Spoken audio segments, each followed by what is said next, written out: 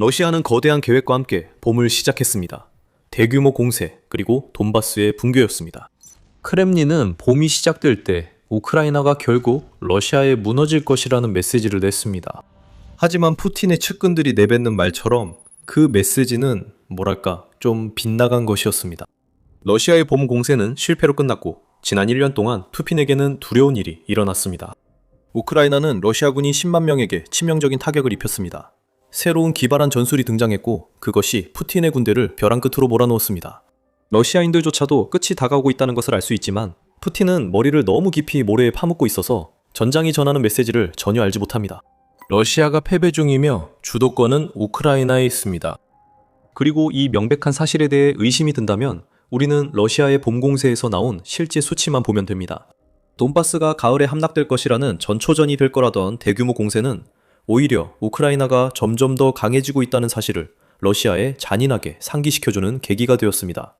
그리고 그 수치는 우크라이나 무인 체계군의 카리스마 있고 악명 높은 지휘관인 로베르트 브로브디에게서 나온 것입니다. 오늘 2026년 6월 4일 SBS 그룹이 창설된 지 358일째 되는 날입니다. 2025년 6월 11일에 창설되었습니다. 브로브디는 텔레그램 게시글에서 새들은 적의 생체 병력 10만 구의 시체를 넘어섰으며 이는 확인된 전사와 부상을 포함한 수치입니다. 라고 외쳤습니다. 브로브디가 러시아 벌레들이라고 부르는 이들은 수년간 기억에 남을 봄을 겪었습니다. 그리고 우크라이나가 단 1년 만에 제거한 병사 수는 푸틴이 우크라이나 전체를 점령하기 위해 필요하다고 생각했던 병력 규모와 비교할 때 특히 굴욕적입니다. 2022년 2월 러시아가 전면 침공을 시작했을 때 푸틴은 이 작전에 18만 명의 병력을 투입했습니다. 이 병사들은 키이우, 돈바스, 남부 타브리아, 시베르스크 스로브잔슈치나 4축에서 공격했습니다. 계획은 단순했으며 불길 같은 공격으로 우크라이나가 사흘 만에 무너질 거라 생각했습니다. 하지만 우크라이나는 살아남았고 이제 우크라이나는 푸틴이 처음에 적을 무너뜨리기에 충분하다고 생각했던 병력의 절반이 넘는 러시아 병사들을 제거했습니다. 그것은 굴욕입니다. 푸틴이 스스로 만들어낸 위대한 군사 전략가라는 이미지에 전혀 부응하지 못한 완전한 실패에 대한 명백한 증거입니다. 그러나 무엇보다 중요한 것은 2026년 봄 우크라이나가 이룬 성과가 이 나라의 전술적 탁월함을 증명했다는 점입니다. 우크라이나는 우크라이나 전쟁의 양상을 규정해온 무기를 게임 체인저로 만들었고 푸틴은 이를 전혀 예상하지 못했습니다. 우크라이나 상황이 변하기 시작했습니다. 그 이유를 보기 전에 숫자 몇 개 더 볼까요? 우크라이나의 운명이 반전된 것은 2025년 6월 11일 우크라이나군의 무인 시스템군, 즉 USF가 창설된 것과 직접적으로 연결됩니다. 물론 우크라이나는 이 부대가 창설되기 훨씬 전부터 드론을 적극적으로 사용해 왔지만 USF가 생기면서 체계화, 통제, 협력이 이루어졌습니다. 드론 전략의 공식화는 2025년 하반기부터 러시아에 큰 혼란을 일으키기 시작했고 2026년 중반을 향해 가는 지금 우크라이나 전쟁의 진정한 게임 체인저로 발전했습니다. 이 드론들로 인해 사망하거나 부상당한 10만 명이 넘는 러시아 군인들은 이제 시작에 불과합니다.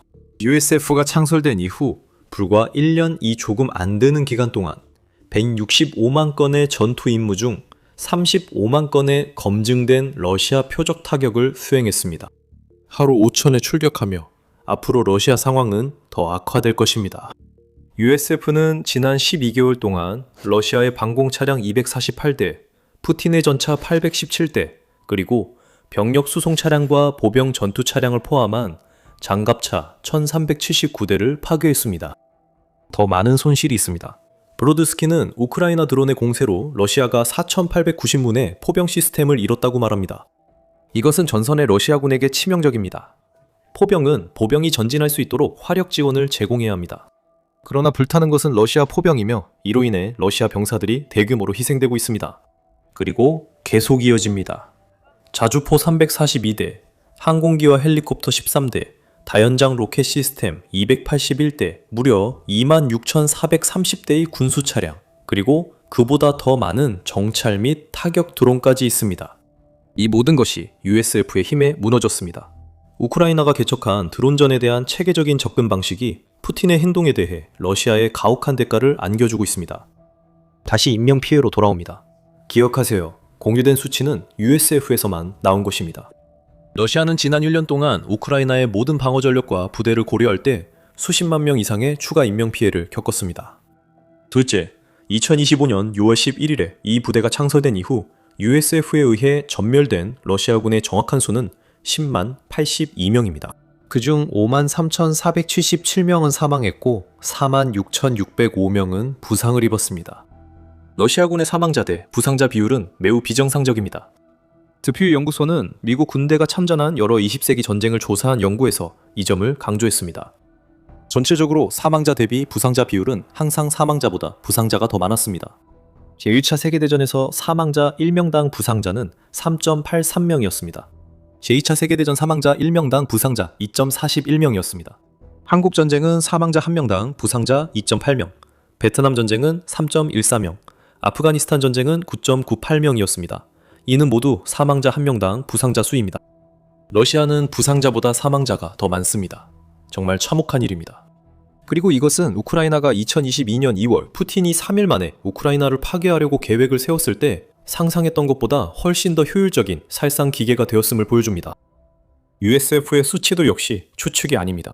브로브디가 보고하는 숫자는 모두 우크라이나 델타 시스템에서 나옵니다. 모든 것이 추적, 검증됩니다. 증거는 시스템에 있으며 우크라이나는 숫자만 합산하면 1년간 USF 작전, 이 러시아에 큰 피해를 준 걸 알 수 있습니다. 그리고 앞으로 12개월 동안 USF는 새로운 목표를 세웠습니다. 20만 명의 사상자입니다. 이는 첫 해에 입힌 피해의 2배에 달하는 수치입니다. 이제 봄 공세로 다시 돌아가 봅시다. USF의 놀라운 수치는 러시아가 거의 아무런 성과도 없이 엄청난 인명피해를 입었던 3개월 기간과 잘 맞아떨어집니다. 유나이티드 24 미디어에 따르면 러시아는 이번 봄에 거의 10만 명에 달하는 병력을 잃었으며 그중 상당수가 USF 드론에 의해 제거되었습니다. 이 매체에 따르면 러시아는 3, 4월 2달 동안 우크라이나에서 약 300제곱킬로미터를 점령했습니다. 2월과 3월 사이에는 우크라이나가 400에서 500제곱킬로미터를 해방시켰는데 이는 현재 러시아의 상황이 사실상 교착 상태임을 시사합니다. 이 평가는 전쟁연구소 ISWD OES 수치로도 뒷받침됩니다. ISW에 따르면 우크라이나군은 봄과 여름의 공세를 대부분 저지했으며 4월과 5월 모두 양측이 통제하지 않는 회색지대에서 활동하는 침투 부대를 제외하면 러시아가 순영토 손실을 기록했다고 합니다. ISW 보고에 따르면 4월에 러시아는 순손실 116.01제곱킬로미터의 영토를 잃었습니다. 5월, 러시아는 약 281.10제곱킬로미터를 잃어 2023년 우크라이나 반격 이후 최저치를 기록했습니다. 교착 상태라는 표현은 어울리지 않을 수 있습니다. 러시아는 우크라이나에게 적극적으로 영토를 빼앗기고 있습니다. 이번 봄은 러시아에게 실패였습니다. 특히 USF가 공격을 강화함에 따라 여름도 크게 나아지지 않을 것입니다. 만약 우크라이나군이 앞으로 12개월 동안 20만 명의 사상자를 낼 수 있는 월별 수치를 달성하기 시작한다면 이미 사경에 놓인 러시아군은 완전히 무너질 것입니다. 최근 보도에 따르면 푸틴의 군대가 지상에서 실패함에 따라 러시아의 우크라이나 민간인에 대한 장거리 공격이 더욱 심해졌다고 합니다. 이 자리는 러시아의 공중전력을 보여줘야 했지만 그렇지 않았습니다. 우리가 우크라이나의 인구 밀집 지역에 대한 이러한 공격 증가에서 보고 있는 것은 이미 무너진 러시아 공세의 마지막 단말마입니다. 러시아가 하루 만에 1,500대 드론을 키이우와 주변에 보내는 행동은 절박함 때문입니다. 많은 드론이 러시아가 전장을 장악한 듯 보이게 합니다. 우크라이나군 수치를 보면 그렇지 않음을 알 수 있습니다. 하지만 더 중요한 건 이 수치들이 러시아가 감당 못할 우크라이나 전략 변화임을 보여준다는 점입니다. 이 진화는 우크라이나 전쟁을 완전히 바꿨습니다. 본격적으로 시작하기 전에 여기는 밀리터리 쇼입니다. 채널에서 유익함을 느끼신다면 지금이 구독하기에 가장 좋은 시기입니다. 그래야 저희 영상을 놓치지 않으실 수 있습니다. 자, 우크라이나의 진화된 전술, 그게 뭘까요? 드론은 수년간 우크라이나 전략의 핵심 역할을 해왔습니다. 하지만 우크라이나군의 수치가 보여주는 것은 예전에는 우크라이나 부대들이 별다른 협조 없이 드론으로 러시아를 타격하던 것이 이제는 우크라이나군이 주도하는 체계적인 작전으로 변화했다는 점입니다. 이로써 로봇 기술의 힘이 전장에 도입된 것이죠. 우크라이나의 판도가 바뀌는 이유는 수년간 구축된 로봇 군대가 지금 가장 크고 조직적으로 변했기 때문입니다. 우크라이나는 군사용 드론 기술의 세계 선두주자입니다. 옵서버에 따르면 우크라이나는 연간 최소 400만 대 드론을 생산한다고 합니다. 그 숫자는 계속 증가할 것입니다. 1월 유로마이든 프레스는 우크라이나가 2026년 700만 대 드론 생산을 계획한다고 보도했습니다. 현재 드론은 양측 전장에서 발생하는 사상자의 80%에 관여하는 것으로 추정됩니다. 하지만 이 전쟁의 중요한 분야에서 우크라이나가 우위를 점하고 있습니다. 어떻게요? 바로 살상구역의 확장입니다. 다시 말하지만 우크라이나의 살상구역은 2026년에 새롭게 추가된 것이 아닙니다. 이들은 오랫동안 존재해왔으며 USF가 창설된 이후로 많은 변화를 겪어왔습니다. 초기 버전의 살상구역은 전선에서 약 20km를 넘어 회색지대까지 이어졌습니다. 아이디어는 단순했습니다. 러시아 군인들에게 전선으로 이동하는 것 자체를 치명적으로 만드는 것이었죠. 우크라이나는 살상구역을 통해 푸틴의 꼭두각시 수천 명과 수백 대의 샹디를 전선 요새를 위협할 수 있는 위치에 도달하기도 전에 제거해왔습니다. 이미 훌륭한 전략이었습니다. 이제는 더욱 강화되었습니다. 러시아의 문제는 살상구역이 더욱 넓어졌다는 점입니다. 새로운 세대의 중거리 드론이 예전에는 10여 킬로미터 정도였던 구역을 이제 러시아 후방의 광범위한 지역까지 커버할 수 있게 만들었습니다. 이런 현상은 곳곳에서 보이며 루안스크에서는 우크라이나 제3군단에 따르면 우크라이나 드론이 하늘을 장악하고 있습니다. 드론은 러시아 점령지 상공을 비행할 수 있는데 푸틴 군대가 우크라이나 확장에 대응하지 못하기 때문입니다. 도네츠크에서도 유사한 상황이 전개되고 있습니다. 우크라이나 드론이 도네츠크 공항의 화력 통제권을 확보했으며 이 공항은 러시아의 점령지 작전 지원을 위한 물류 및 드론 거점으로 활용되고 있습니다. 우크라이나는 드론으로 러시아와 크림반도로 있는 R280 고속도로의 넓은 구간에서 공중 통제권을 확보했습니다. 이제 살상구역은 약 100km에 걸쳐 뻗어 있습니다. 그런 진화 덕분에 USF가 보고하는 그런 수치들이 가능해진 것입니다. 하지만 다음에 벌어질 일은 러시아의 허를 찌를 것입니다. USF가 2년차의 전과를 늘릴 것이라 주장하는 이유는 단순히 진화하는 킬존 전략 때문만은 아닙니다. 그것만이 전부가 아닙니다. 데이터 역시 드론만큼이나 우크라이나의 성공에 중요한 역할을 하고 있습니다. 우크라이나군은 수집하는 전장 정보의 수준과 질에서 러시아를 앞서가고 있습니다. 6월 4일 월스트리트 저널 보도에 따르면 우크라이나가 러시아에 안긴 드론 참사 뒤에는 비밀 무기가 있었다는 사실이 밝혀졌습니다. 우크라이나는 이제 실시간 위성 영상을 병사들의 휴대폰으로 바로 전송받을 수 있게 되면서 우크라이나의 킬체인이 엄청나게 빨라졌습니다. 이 영상은 수천 대의 정찰 드론이 러시아 진지의 실시간 영상을 델타 시스템으로 전송하는 것과 결합되어 우크라이나가 전쟁 중 그 어느 때보다 빠르게 목표를 식별하고 타격할 수 있게 해주고 있습니다. 우크라이나 드론 진화의 이 측면 덕분에 지리 공간 정보가 우크라이나 병사들에게 전달되는 시간이 90%나 단축되어 우크라이나가 드론을 활용해 행동에 나설 수 있는 속도가 사실상 2배로 빨라졌습니다. 우크라이나군이 이 프로그램을 배치한 것은 비밀이 아닌 상업용 미성 영상이 실시간 전투 결정을 안내하기 위해 직접 병사에게 전달된 첫 번째 사례로 알려져 있습니다. 해당 회사 군사 분석가들에 따르면 그렇습니다. 저널은 우크라이나의 새로운 정보 수집 방식에 대해 언급합니다. 우크라이나가 활용하고 있는 상업용 위성들은 과거의 구글 지도 업데이트나 불법 어업 식별과 같은 평화로운 작업에 사용되었습니다.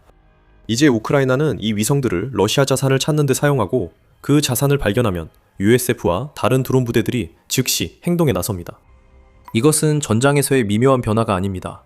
드론 전쟁의 규칙을 완전히 다시 쓰는 것입니다.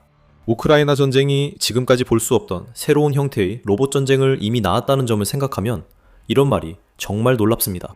하지만 이것은 우크라이나답습니다.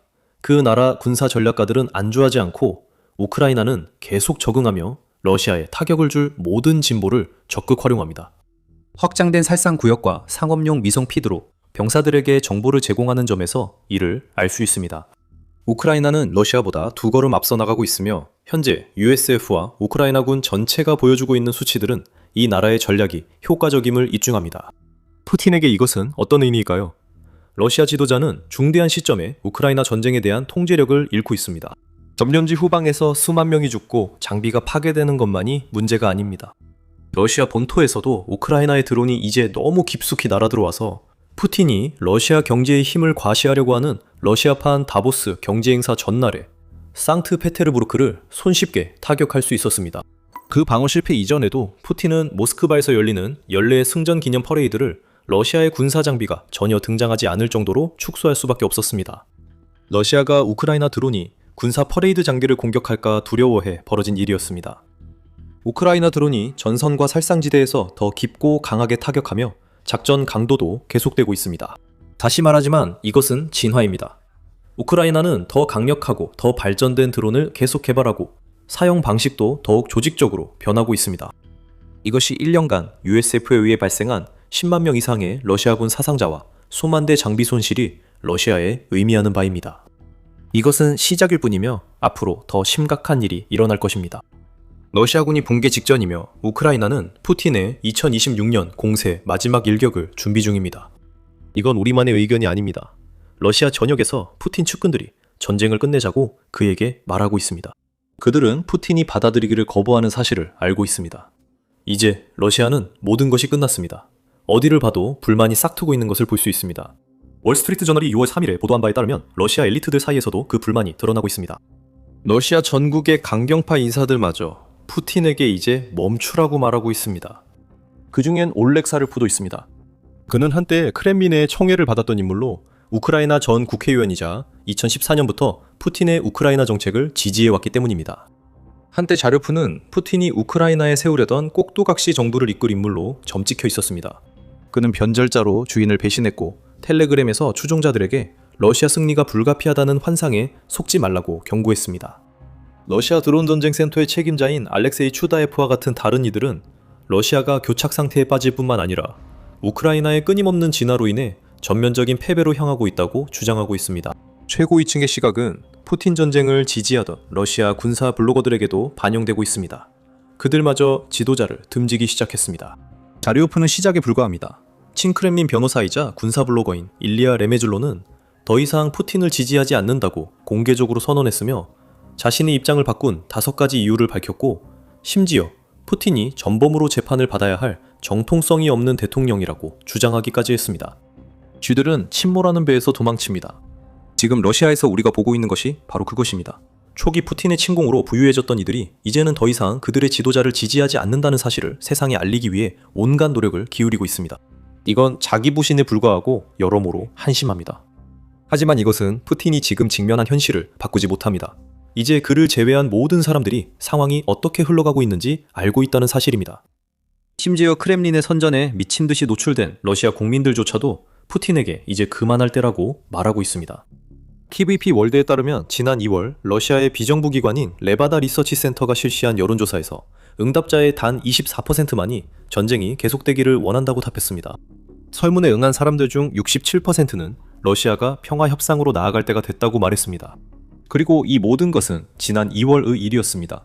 러시아 내 반전 정서는 더 많은 드론이 러시아 영토를 공격하고 USF가 공개한 수치와 같은 정보가 드러나면서 점점 더 커지고 있습니다.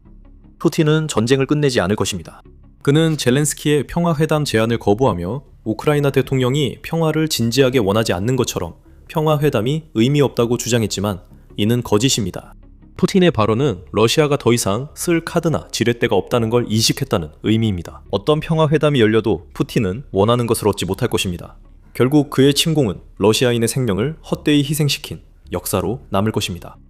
푸틴은 그런 것이 자신의 유산이 되기를 원하지 않기 때문에 러시아군의 죽음의 신음이 그의 나라 전체에 울려 퍼지는 와중에도 싸움을 계속 강요하고 있습니다. 푸틴은 자신의 유산에서 벗어날 수 없습니다.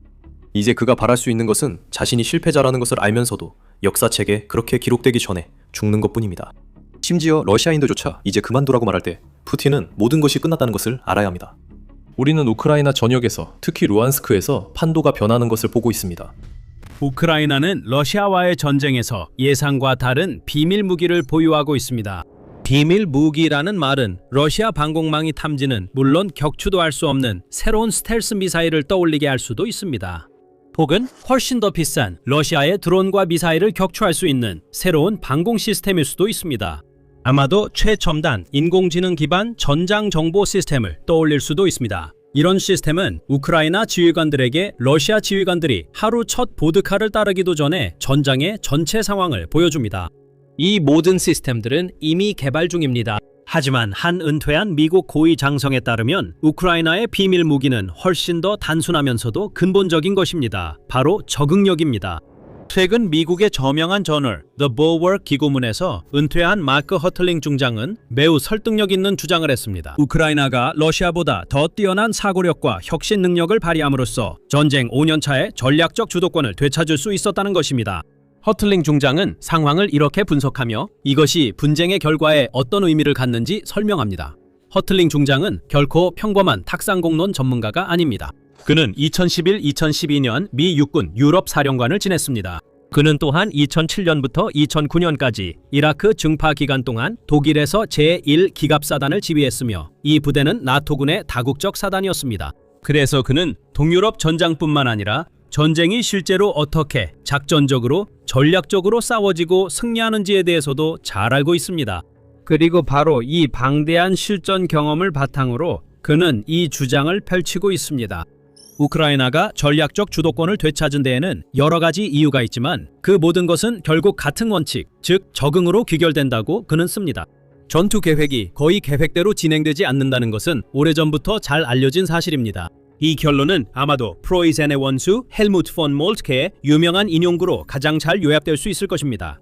하지만 이 인용구는 종종 그의 동포인 카를 폰 클라우제비츠 장군에게 잘못 귀속되곤 합니다.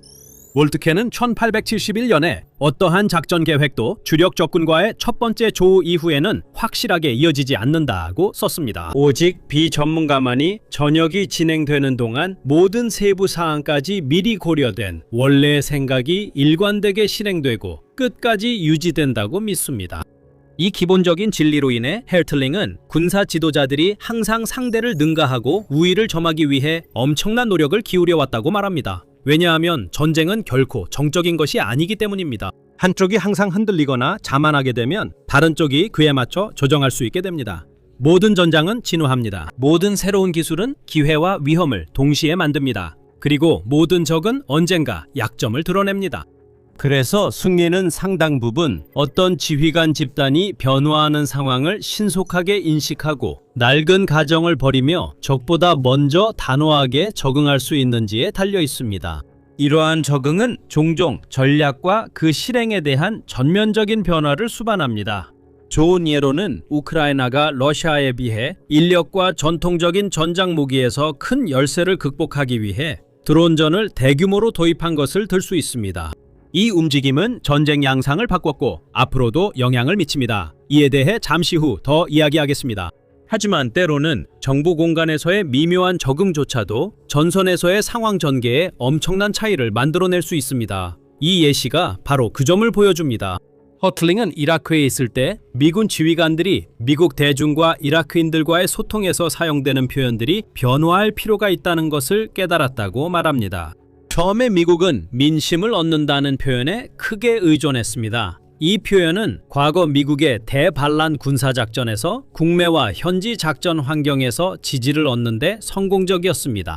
하지만 허틀링에 따르면 이라크인들은 베트남 전쟁 때와 같은 구호를 원하지 않고 우리처럼 되고 싶어 하지도 않는다는 것을 깨달았습니다. 대신 그들은 안전, 신뢰성, 그리고 동반자 관계를 원했습니다. 우리는 신뢰와 확신을 얻는다는 표현으로 사고방식을 전환했습니다. 이라크 군인들과 민간인 모두에게 신뢰와 확신을 얻었고 단순히 그들 주변에서 작전만 펼치는 것이 아니라 그들과 함께 싸움으로써 이를 보여주었습니다. 이러한 사고방식, 언어, 그리고 작전 접근 방식의 미묘한 변화는 이라크 국민들의 신뢰를 얻는데 큰 역할을 했습니다. 이것은 미묘한 변화가 결국 분쟁의 결과에 얼마나 큰 차이를 만들 수 있는지 보여주는 시사하는 바가 큰 예시입니다. 하지만 미국은 원래 계획과 달리 실제 전장에서 훨씬 더 눈에 띄고 전투적인 방식의 변화를 강요받기도 했습니다. 미국은 이라크의 여러 민병대들과 비교할 수 없을 만큼 압도적인 힘을 가졌기 때문입니다. 반군들은 곧 힘에는 힘으로 맞설 수 없다는 사실을 뼈저리게 깨달았습니다. 그래서 그들은 판을 바꿨죠.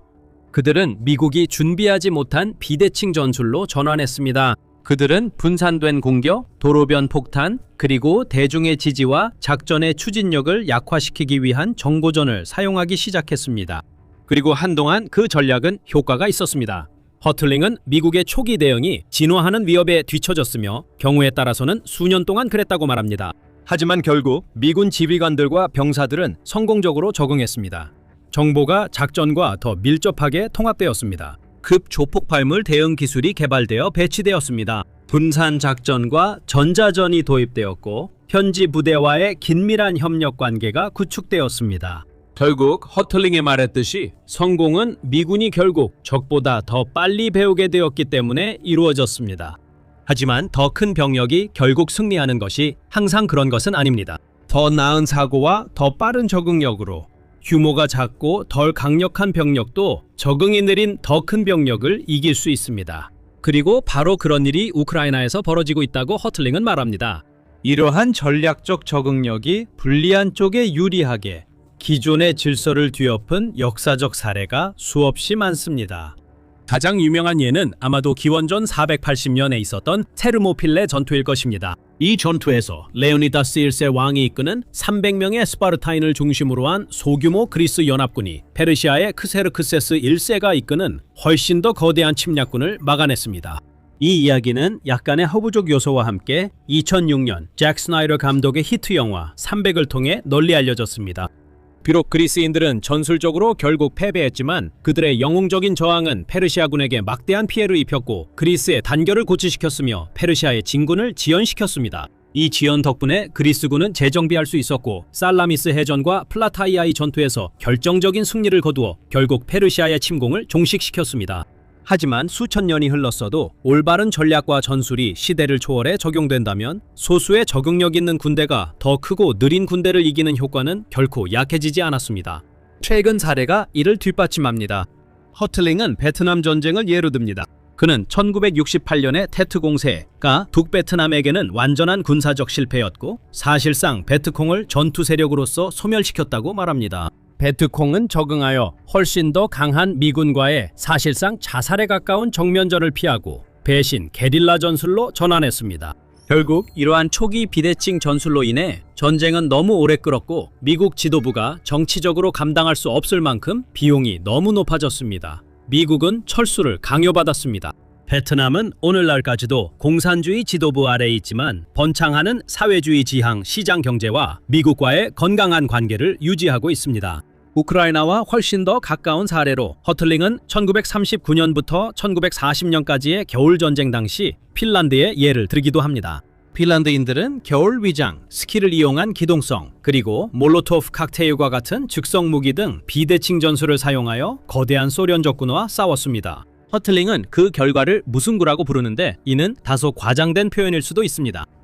전쟁은 모스크바 평화 조약으로 끝났으며 이 조약에서 핀란드는 카렐리아, 자르란트의 일부, 그리고 핀란드만의 섬들을 포함해 약 10%의 영토를 소련에 할양했습니다. 이는 기술적으로 군사적 패배입니다. 하지만 핀란드는 소련에 큰 피해를 입혔고 더 중요한 것은 독립을 지켜냈다는 점입니다. 국민적 단결이 크게 강화되었고 핀란드는 국제적인 명성을 얻었습니다. 반면 소련은 침략 행위로 인해 국제연맹에서 제명당했습니다. 그런 점에서 무승부라 표현하는 것이 공정하며 이는 오늘날 우크라이나 분쟁과 유사합니다. 허틀링은 전쟁의 상황을 주로 영토 획득으로 판단하는 것의 결함을 정확하게 지적합니다. 물론 영토 문제는 중요합니다. 러시아는 우크라이나 영토의 약 20%를 점령하고 있으며 우크라이나의 궁극적인 목표는 러시아군을 모두 몰아내고 그 영토를 되찾는 것입니다. 하지만 전쟁 양상은 극적으로 변했고 우크라이나에서는 전쟁의 상황을 어느 쪽이 몇 항방마일을 차지했는지로만 판단하는 것은 실제 전장과 그 이면에서 벌어지고 있는 현실을 무시하는 것입니다. 우선 오늘날 우크라이나 동부 전선의 광범위한 지역은 어느 한쪽이 확실하게 통제하고 있다고 말할 수 없습니다. 실제로 그곳들은 거대한 회색지대이며 어느 쪽이든 통제하고 있다고 해도 그 통제력은 기껏해야 불안정합니다. 양측 모두 수십 마일의 사거리를 가진 FPV 드론이 널리 퍼지면서 과거의 장갑 기동은 더 이상 지속될 수 없게 되었습니다. 드문 예외를 제외하면 요즘은 어느 쪽도 새로운 영토를 점령하기 위해 장갑차와 탱크 부대로 돌진하는 정면 공격을 감행하지 않습니다. 대부분의 경우 이런 전술은 단지 불타버린 차량 행렬만 남기고 상대방이 이를 영상으로 과시하는 결과로 이어집니다. 이제는 적을수록 좋은 전략이 통합니다. 양측 모두 포병과 드론의 지원 아래 소규모 보병 부대로 전진합니다. 한쪽이 점령했다고 하는 마을 혹은 그 잔해는 실제로는 소수의 병력만이 지키고 있는 경우가 많습니다. 그리고 점령된 마을 바로 너머의 지역에도 여전히 상대편 병력이 남아 있습니다. 전투 지도에는 그 지역이 한 군대의 통제하에 있는 것으로 표시될지라도 말이죠. 이러한 소규모 전술과 전선의 엄청난 길이 그리고 양측 모두의 병력 부족이 결합되어 소수의 보병들이 때때로 적의 전진 진지 깊숙이 침투해 참호를 파고 버틸 수 있게 만듭니다. 드론으로 정기적으로 보급품이 오면 이들은 몇 달간 그 자리를 지킬 수 있습니다. 이는 적이 그 지역을 안전하게 통제한다는 개념을 사실상 무너뜨립니다. 드론의 광범위한 사용으로 인해 전선은 결코 고정되어 있지 않습니다. 하지만 드론은 이른바 근접 후방까지도 사실상 전장으로 끌어들였습니다.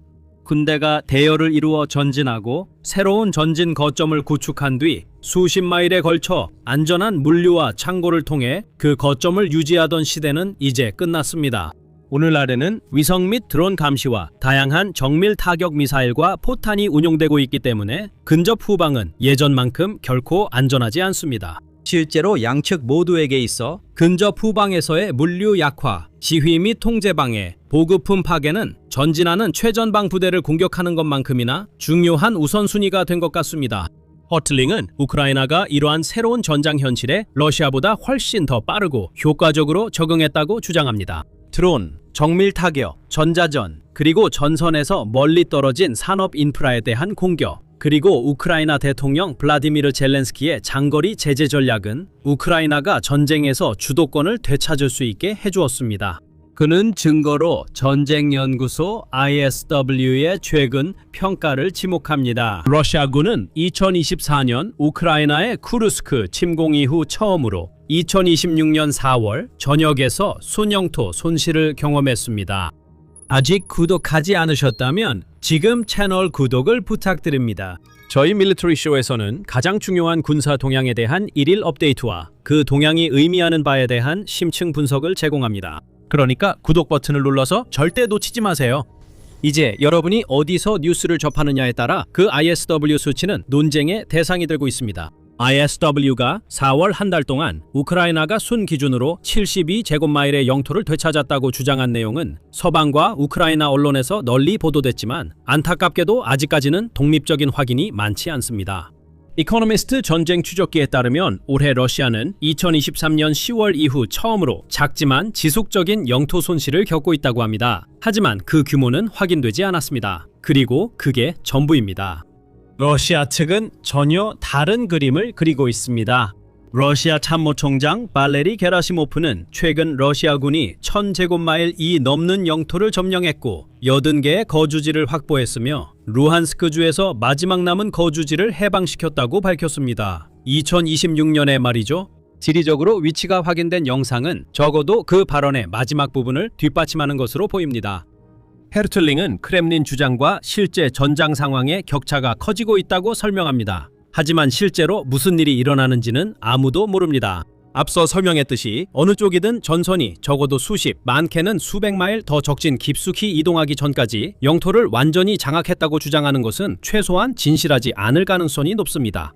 실제로 대부분의 지역은 완전히 통제되지 않는 회색지대이며 그곳에서는 통제권이 완전히 확보되지 않고 같은 날에도 여러 번 점령자가 바뀔 수 있습니다. 하지만 헤르틀링은 그렇게 보지 않습니다.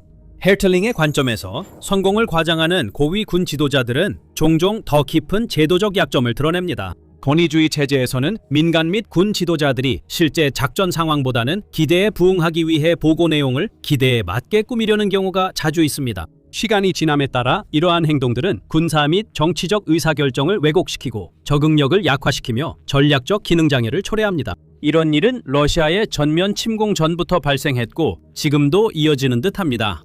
그가 아마 맞을 수도 있지만 그것은 위험한 주장입니다. 러시아가 러시아 군사 블로거들이 비꼬듯이 아름다운 보고서라고 부르는 것을 여러 번 제공하다가 적발된 반면 우크라이나 역시 보고서를 미화하는 데에서 자유롭지 않았습니다. 2026년 4월 14 독립기계화여단 과10 군단의 지휘관들이 심각한 보급 차질을 은폐한 사실이 조사 결과 드러나면서 해임되었습니다. 군인들은 음식과 물이 부족해 심하게 쇠약해진 상태로 발견되었고 진지들도 잃었습니다. 참모본부는 이전 지휘부가 실제 상황을 은폐했다고 밝혔습니다. 이전에 2025년 말에는 54 기계화여단과 10 산악강습여단의 지휘관들이 체계적으로 보고서를 조작한 혐의로 해임되었습니다. 그들은 이미 병력이 철수한 세베르스크 주변의 진지를 지키고 있다고 거짓 보고를 했고 이로 인해 러시아군이 거의 저항 없이 그 도시를 점령하게 되었습니다. 안타깝게도 이런 일들은 결코 드문 사례가 아닙니다. 우크라이나 영화감독이자 대대장인 올레흐 센초프가 우크라인스카 프라브다와의 인터뷰에서 말했듯이 우리 국가에서 거짓말의 양은 엄청나고 군대에서는 그 규모를 헤아릴 수조차 없습니다. 허틀링의 논리대로라면 우크라이나도 러시아처럼 권위주의 체제라는 말이 됩니다. 그리고 분명히 그가 말하려는 요점은 그게 아닙니다. 그의 요점은 러시아가 영토 획득에 대해 거짓말을 하고 허둥대는 반면 우크라이나는 전술적, 작전적으로 계속 발전하고 있다는 것입니다. 그 말의 두 번째 부분은 확실히 사실입니다. 허틀링이 설명하듯이 우크라이나 지휘관들은 더 많은 예비 병력을 가진 더 큰 적과 포탄, 장갑차, 병력을 무한정 맞바꿀 수 없다는 것을 항상 이해해왔습니다. 그래서 우크라이나는 러시아의 수적 우위를 맞추려 하기보다는 점점 더 러시아 군사산업 시스템 전반의 취약점을 공격하는 쪽으로 전략을 전환해왔습니다.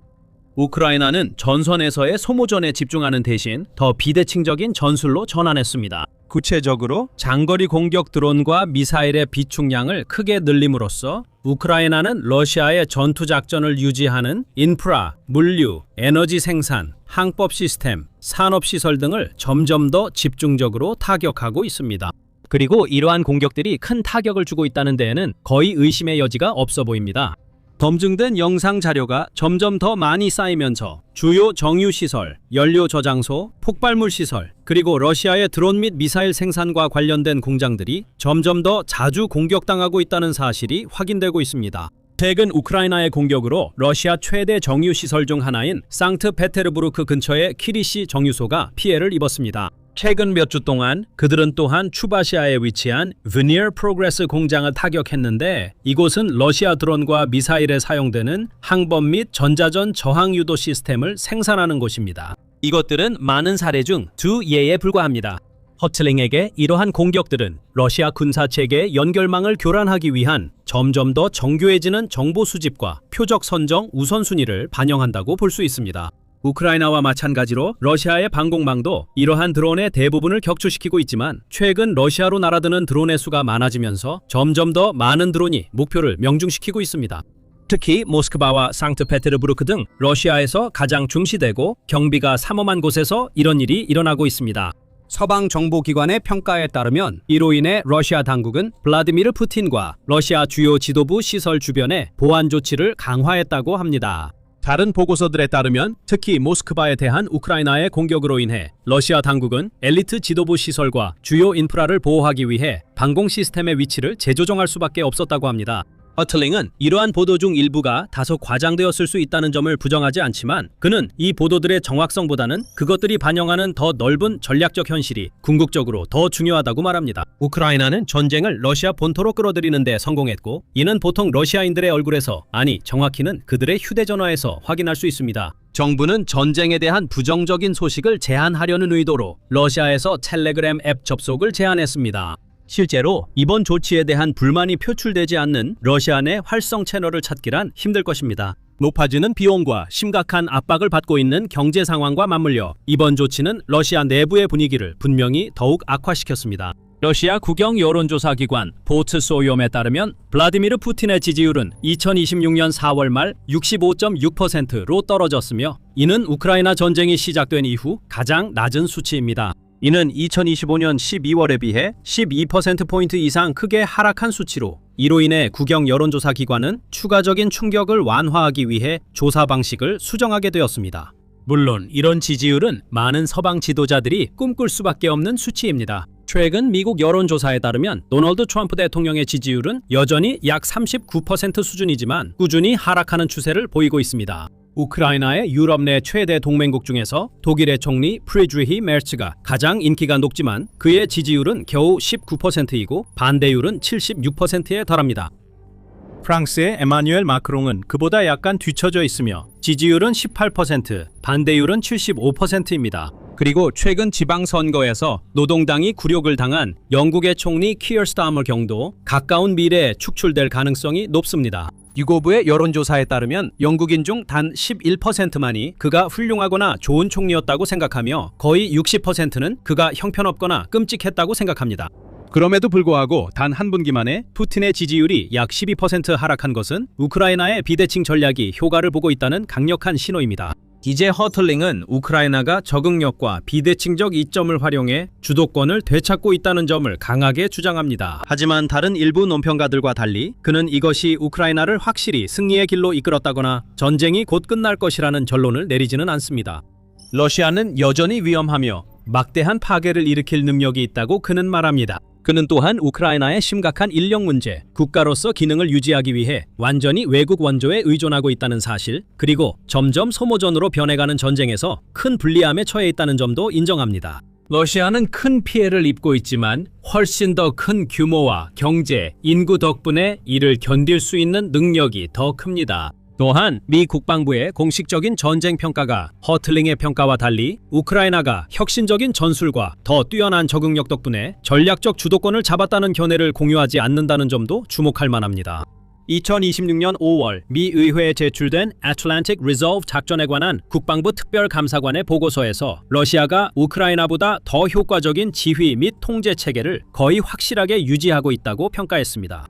또한 러시아는 지속적이고 고강도의 공세 기동을 수행하는 능력도 거의 확실하게 더 높으며 직접 사격, 군수, 전력 생성, 병력 보호 등에서도 우위를 점하고 있다고 평가했습니다. 러시아도 전술 드론 배치는 동등하지만 우크라이나가 전장 정보 역량에서는 러시아보다 여전히 더 효과적일 가능성이 높다고 평가했습니다. 하지만 300명의 스파르타인 베트콩, 그리고 2차 세계대전에 굳건한 핀란드인들이 훌륭하게 보여줬듯이 승리란 반드시 전장에서 적을 완전히 무찌르는 것만을 의미하지는 않습니다. 전쟁 초기에 4년간의 참혹한 전쟁 후에도 우크라이나가 여전히 버틸 것이라 예상한 이는 거의 없었습니다. 그러나 지금 우크라이나는 자랑스럽게 서 있습니다.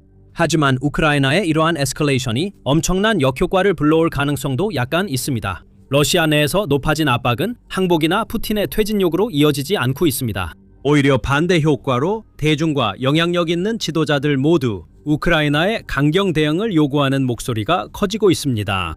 러시아가 실제로 이런 타격을 가할 수 있는 재래식 무기를 얼마나 더 보유하고 있는지는 매우 논란의 여지가 있지만 러시아가 더 치명적인 전술 핵무기나 심지어 전략 핵무기에 의존할 수 있다는 불길한 전망이 있습니다. 그 위협은 날이 갈수록 커지고 있습니다. 핵전쟁이 일어나면 우크라이나 주요 도시들이 사라지고 우크라이나뿐 아니라 유럽, 러시아, 미국 일부도 사람이 살 수 없게 될 수 있습니다. 우크라이나가 세계 최초 기록이 쏟아지는 이 전쟁에서 또다시 기록을 세웠습니다. 상트페테르부르크 근처에는 크론시타트 해군기지가 있습니다. 이곳은 러시아 발트 함대의 공식 본부로 손댈 수 없는 곳으로 여겨졌던 기지입니다. 그러나 우크라이나가 그곳을 공격했습니다. 아니, 그보다 더합니다. 우크라이나는 밤사이 드론 공격으로 그 기지를 산산조각냈고 이는 푸틴에게 분명한 메시지를 보냈습니다. 러시아의 철저히 보호된 해군기지가 공격받고 있습니다. 우크라이나는 크론시타트에서 러시아가 대체할 수 없는 것을 타격해 그 점을 확실히 했습니다. 그게 무엇인지는 곧 말씀드리겠습니다. 먼저 이번 공격에 대해 이야기하죠. 정말 엄청났습니다. 이것은 우크라이나가 최근 보여준 신호로 러시아 안에서 우크라이나 드론으로부터 안전한 곳은 없다는 뜻입니다. TWC는 6월 3일 보고서에서 그 내용을 다루고 있습니다. 밤사이 우크라이나 드론이 수백 마일을 날아 크론시타트 해군기지에 도착했습니다. 이곳은 평범한 기지가 아닙니다. 러시아 해군 자산 중에서도 가장 명망 높은 곳 중 하나이며 푸틴의 고향이자 푸틴이 세계에 보여주고 싶어하는 러시아의 이미지에서 왕관의 보석과도 같은 도시의 위치에 있습니다. 왕관의 보석이 우크라이나 드론에 의해 더럽혀졌습니다. 그리고 푸틴은 우크라이나 무인 체계군 제1독립센터를 원망해야 할 것입니다. 그 부대가 전체 공격을 조율했고 우리는 흥미로운 요소로 그 방식을 추론할 수 있습니다. 첫째, 공격 당시 영상이 있습니다. 이는 러시아 해군기지 근처에서 현지 조종사가 모든 것을 지휘했다는 것을 보여줍니다. 이는 우크라이나가 자국 외에서 드론 조종사를 운영했거나 드론이 위성 통신으로 조종됐음을 뜻합니다. 러시아의 전자전이 드론을 막는 데 실패했다는 의미로 어느 쪽이든 푸틴에게는 좋지 않은 상황입니다. 두 가지 모두 푸틴에게 손댈 수 없다고 여겨졌던 크론시타트 기지가 그가 생각했던 만큼 안전하지 않다는 사실을 알려줍니다. 우크라이나가 러시아 해군기지 공격에 단거리 드론을 썼을 가능성도 있지만 그 확률은 낮아 보입니다. 우크라이나가 드론을 투입하기 위해서는 어떤 형태로든 모선이 기지 주변 해역에 진입해야 했을 것입니다. 우크라이나는 그런 능력을 가지고 있습니다. 우크라이나가 에어로프렉트 A-32 경량 스포츠 항공기를 드론 탑재 공격 플랫폼으로 개조한 사진들이 이미 돌기 시작했습니다. 그리고 5월 26일 포브스는 우크라이나가 일부 해상 드론을 개조해 공격 전에 FPV 드론을 목표 지점까지 운반할 수 있게 됐다고 보도했습니다. 어떤 특정한 방법이 사용되든 결과는 같습니다. 우크라이나 무인체계군 제1독립센터가 닿을 수 없다고 여겨졌던 기지를 방금 타격했습니다. 그리고 그곳에서 드론들은 러시아가 대체할 수 없는 것을 파괴했습니다. 그 이야기에 앞서 크론슈타트 해군 기지에 대한 몇 가지 정보는 우크라이나의 공격이 얼마나 대단했는지 보여줍니다. 유나이티드 24 미디어는 이 기지가 오랫동안 러시아의 가장 중요한 해군 요새 중 하나로 사용되어 왔으며 러시아 발트 함대가 발트해에 대한 통제권을 유지하기 위해 사용하는 두 개의 주요 기지 중 하나라고 지적합니다. 상트페테르부르크에서 20km 떨어진 이 기지는 철저히 보호되어야 하는 곳입니다. 이 기지는 러시아에 핀란드만 진입 경로를 제공해 나토 동부 측면에 지속적 위협을 가할 수 있습니다. 러시아는 이 기지를 초계함, 순찰함, 지원함을 배치하는 데 사용하며 발트 함대를 유지하기 위한 수리 및 정비 시설도 갖추고 있습니다. 그 시설들 기억해두세요. 곧 다시 언급하겠습니다. 크론슈타트의 가장 큰 역할은 러시아의 관문기지라는 점입니다. 발트해를 통해 러시아에 접근하려는 어떤 해군 위협도 먼저 이 기지를 지나야 합니다. 이것이 러시아의 이곳이 중요한 이유입니다. 크론슈타트가 무력화되면 러시아의 방어가 약해집니다. 푸틴은 그런 상황을 감당할 수 없습니다. 러시아의 강경 지도자인 푸틴은 힘을 과시하려 안간힘을 쓰고 있습니다. 특히 러시아의 봄과 여름, 우크라이나 공세가 흔들리고 있기 때문입니다. 우크라이나가 러시아로 향하는 발트해 방면 침공을 막도록 되어 있는 기지를 타격한다면 이는 러시아의 취약함을 세계에 드러내는 것입니다. 최근 우크라이나는 푸틴의 약점을 드러내는 데 집중해왔습니다. 6월 3일 크론슈타트 해군기지 외에도 상트페테르부르크엔 우크라이나 드론의 공격 표적이 더 있음을 우리는 알게 됐습니다. 우크라이나의 발트해 일대 타격은 상트페테르부르크에서 푸틴을 굴욕시키려는 더 큰 작전의 일부로 보입니다.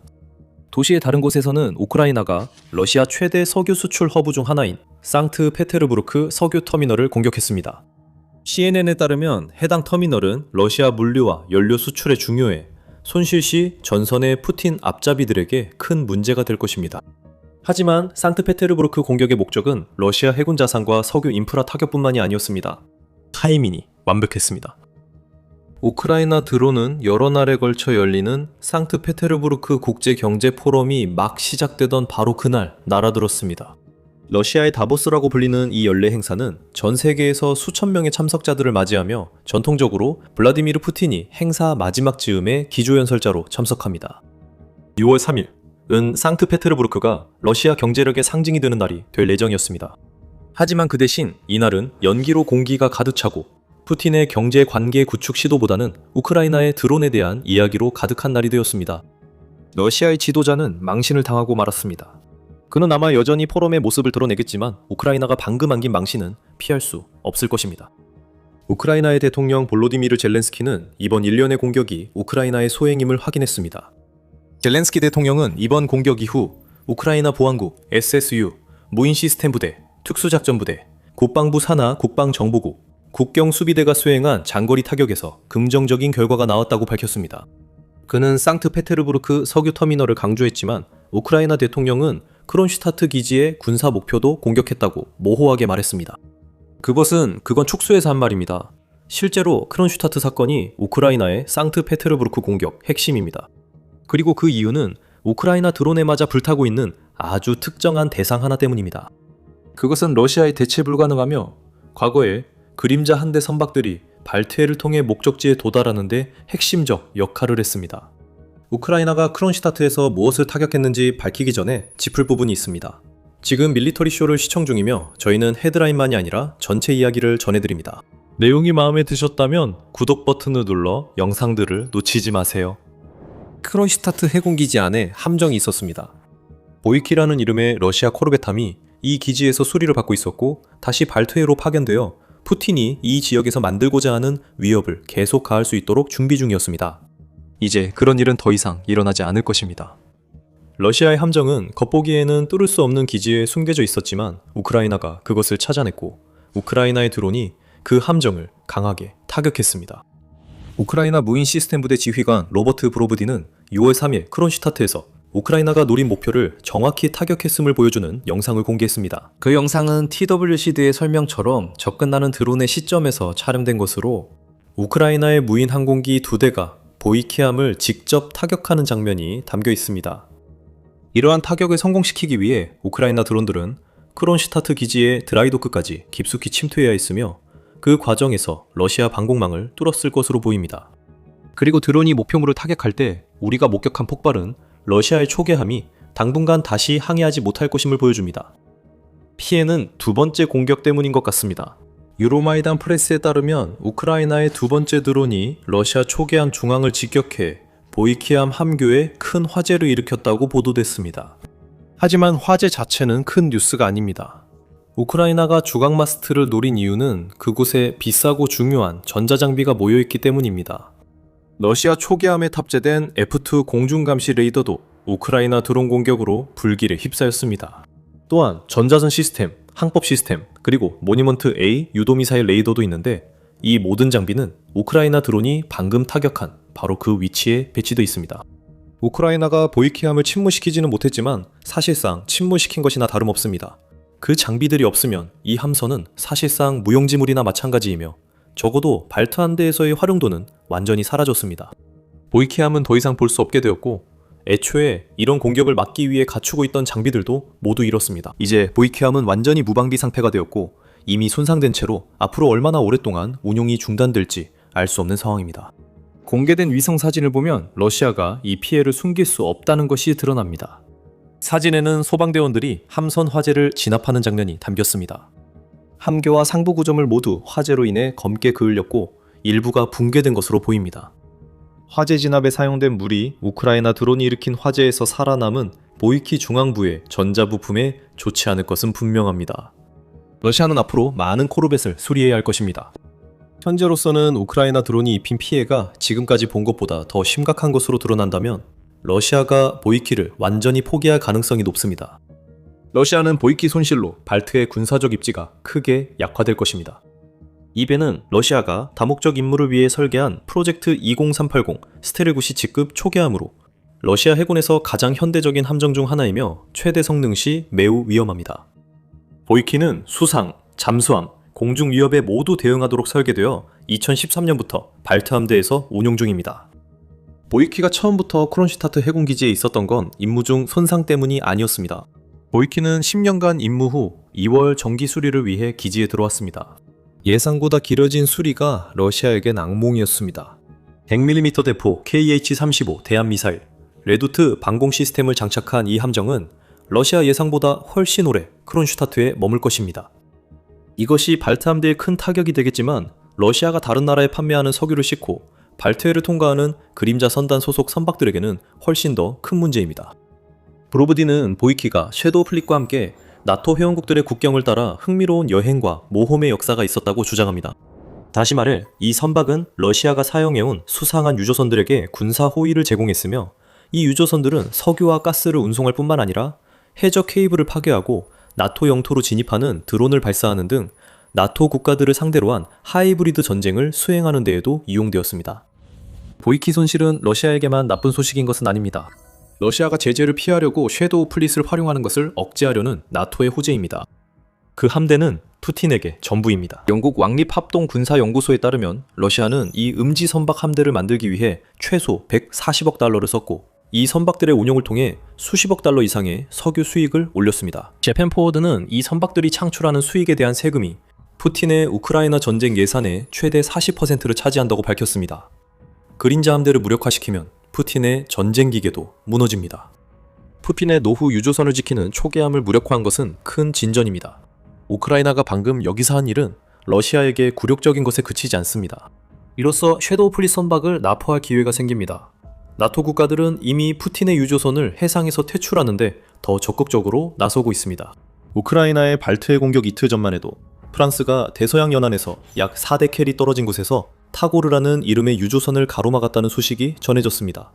그리고 이 외에도 여러 차례 가로막은 일도 있었으며 이 모든 것이 푸틴의 섀도우 플릿에 큰 타격을 주었습니다. 이제 보이키가 더 이상 잠재적인 나포 세력을 막을 수 없게 되면서 앞으로 더 많은 섀도우 플릿 선박들이 납포되는 모습을 보게 될지도 모릅니다. 아마도 새로운 전략의 씨앗이 이제 막 뿌려진 것일지도 모릅니다. 우크라이나가 러시아의 발트 함대를 격파하고 우크라이나의 동맹국들이 섀도우 플릿의 석유 판매를 더 많이 저지하기 시작했습니다. 러시아는 보이키를 빠르게 대체하고 싶지만 큰 문제가 있습니다. 이 함선은 사실상 대체가 불가능합니다. 러시아는 애초에 프로젝트 20380 함정을 단 6척만 건조했으며 추가로 더 건조할 계획도 없어 보입니다. 푸틴이 발트해에 비슷한 규모의 초계함을 보내려면 러시아 해군의 다른 부분을 약화시키는 수밖에 없습니다. 또한 우크라이나 드론의 피해 정도에 따라 러시아는 발트 해군 주요 기지에 피해를 입은 보이키함을 수리하지 못할 수 있습니다. 우크라이나가 타격한 전자장비만으로도 큰 문제입니다. 수많은 서방 제재로 러시아가 압박받는 상황에서 해당 전자장비의 교체 부품을 구하기는 매우 어려울 것입니다. 여기에는 또 다른 변수는 우크라이나입니다. 구체적으로 우크라이나 조선업자들입니다. 러시아 해군에 최근 추가됐지만 프로젝트 20380은 최첨단 함정이 아닙니다. 유로마이덴 프레스는 이 함정이 비효율적인 엔진과 열악한 추진 시스템을 갖췄으며 러시아가 소련 시대 기술에 전자장비를 추가해 실제보다 현대적으로 보이게 하려 했다고 지적합니다. 이제 2014년까지 프로젝트 20380 초계함에 사용된 엔진을 제작한 나라가 어디였는지 한번 맞춰보시죠. 그 나라는 우크라이나였습니다. 러시아가 2014년 우크라이나를 처음 침공한 뒤로 푸틴 해군에는 프로젝트 20380용 엔진이 더 이상 공급되지 않고 있습니다. 여기에 러시아 조선 산업이 완전히 망했다는 점도 추가하세요. 디펜스 24는 러시아 해군이 대부분 소련 시절 군함으로 구성되어 있고 새 함정 수요가 많아 러시아 조선 업체들이 이를 충족하지 못한다고 지적합니다. 러시아는 여기서 스스로 상황을 더 어렵게 만들고 있습니다. 해군에 배정된 자금의 거의 대부분이 핵추진, 잠수함 개발에 쏟아부어지고 있어서 수상함은 심각하게 자금이 부족한 상태입니다. 우크라이나가 보이키의 엔진을 파괴했다면 이는 의미하는 바는 하나뿐입니다. 러시아 초계함은 발트해에서 다시 항해하지 못할 것입니다. 우리가 우크라이나가 대체 불가능한 것을 타격했다고 말한 건 보이키가 복제하기 어려운 첨단 기술 때문이 아니라는 의미였습니다. 러시아의 조선업과 해군 자금 지원이 엉망이라 평소라면 쉽게 교체나 수리할 함정도 몇 달, 심지어 몇 년간 해군기지 드랄도크에 방치될 수밖에 없습니다. 상트페테르부르크 참사 이후 푸틴에게 또 다른 굴욕입니다. 이것이 우크라이나의 발트해 공격이 중요한 이유입니다. 우크라이나가 발트 함대의 군함을 무력화한 것은 대단하지만 진짜 중요한 것은 그 상징성입니다. 푸틴이 러시아 달력에서 가장 중요한 경제 및 지정학적 행사 중 하나를 시작하려고 했을 때 도시의 화재는 체결되는 거래가 아니라 불과 몇 킬로미터 떨어진 곳에서 피어오르는 연기, 맹렬한 화재, 그리고 망가진 군함들이었을 것입니다. 우크라이나는 푸틴이 시작한 전쟁이 다시 러시아로 돌아왔음을 상기시켜줬습니다. 이것은 피할 수 없으며 젤렌스키는 우크라이나가 상트페테르부르크 공격 후 푸틴이 어디로 가는지 추적하지 않는다고 했지만 시기의 중요성은 분명합니다. 이것은 우연이 아니었습니다. 우크라이나는 보이키 제거에 완벽한 시기를 골랐습니다. 하지만 푸틴이 체면을 회복하려 애쓰는 동안 이제 그의 훨씬 더 큰 걱정거리는 전쟁에서 새로운 전선이 열렸다는 점입니다. 수년 동안 우크라이나의 공격으로부터 안전했던 발트해 지역이 이제는 새로운 전장의 무대가 되었습니다. 이번 공격으로 우크라이나는 자국 드론이 러시아의 철저히 방어된 지역까지 수백 킬로미터를 날아가 직접 타격할 수 있음을 입증했습니다. 더 많은 공격이 예상됩니다.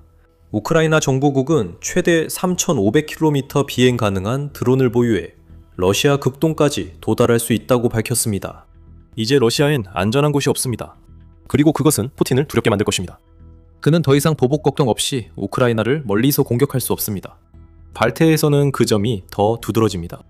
수년간 우크라이나는 흑해에서 러시아의 해군 우위에 맞서 집중해왔고 성공을 거뒀습니다. 흑해 함대의 3분의 1, 2 전력에서 제외됐고 나머지 함정들도 숨으면서 더 이상 위협이 아닙니다. 흑해가 통제되자 발트해가 새 의제로 부상했고 우크라이나 전선에서 수백 킬로미터 떨어진 북부 전선이 열렸습니다. 이제 발트 함대 함정이 항구에 들어올 때 우크라이나 드론의 위협을 인식하고 있습니다. 그림자 함대의 함정들도 같은 위험에 처할 것입니다. 그들이 연료를 채울 때마다 자신들이 운반하는 석유가 결국 불타버릴 수도 있다는 사실을 알고 그렇게 하는 것입니다. 푸틴은 발트해에서 딜레마에 빠졌습니다. 손대지 못했던 존재가 표적이 되었고 그는 드론을 막지 못한다는 것이 드러난 방어망을 더 강화하려 할 뿐입니다. 이 자리는 힘을 과시하기 위한 러시아판 다보스 포럼으로 푸틴이 러시아의 힘을 반복 강조하며 각국 지도자와 핵심 경제 인사들과 어울리는 기회였습니다. 하지만 우크라이나는 그것을 굴욕으로 바꿔버렸습니다. 푸틴의 고향인 상트페테르부르크가 러시아 지도자에게 모든 것을 의미하는 경제 포럼을 앞두고 불타올랐습니다. 레닌그라드가 불길에 휩싸였습니다. 푸틴은 지켜볼 수밖에 없습니다. 솔직해진다면 푸틴은 이 모든 일이 자업자득이며 그보다 더한 일도 마땅하다는 걸 알게 될 것입니다. 우크라이나에게 이번 일은 푸틴을 망신 주는 것 이상의 의미가 있었습니다. 이것은 용서받을 수 없는 러시아의 학살에 대한 복수였습니다. 6월 3일 아침은 푸틴에게 특별한 날이었습니다. 그는 러시아 달력에서 가장 중요한 행사 중 하나인 상트페테르부르크 국제경제포럼, 즉 SPIEF를 준비하며 아침을 보낼 예정이었습니다. 푸틴은 우크라이나 침공 기간 내내 이 포럼을 계속 개최해왔으며 2026년 포럼은 전시 상황에서 열리는 5번째 포럼이 될 예정입니다.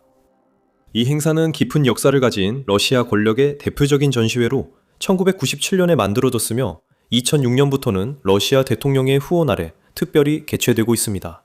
이곳은 푸틴이 관계 구축과 러시아 경제 강화에 활용할 수 있는 곳입니다.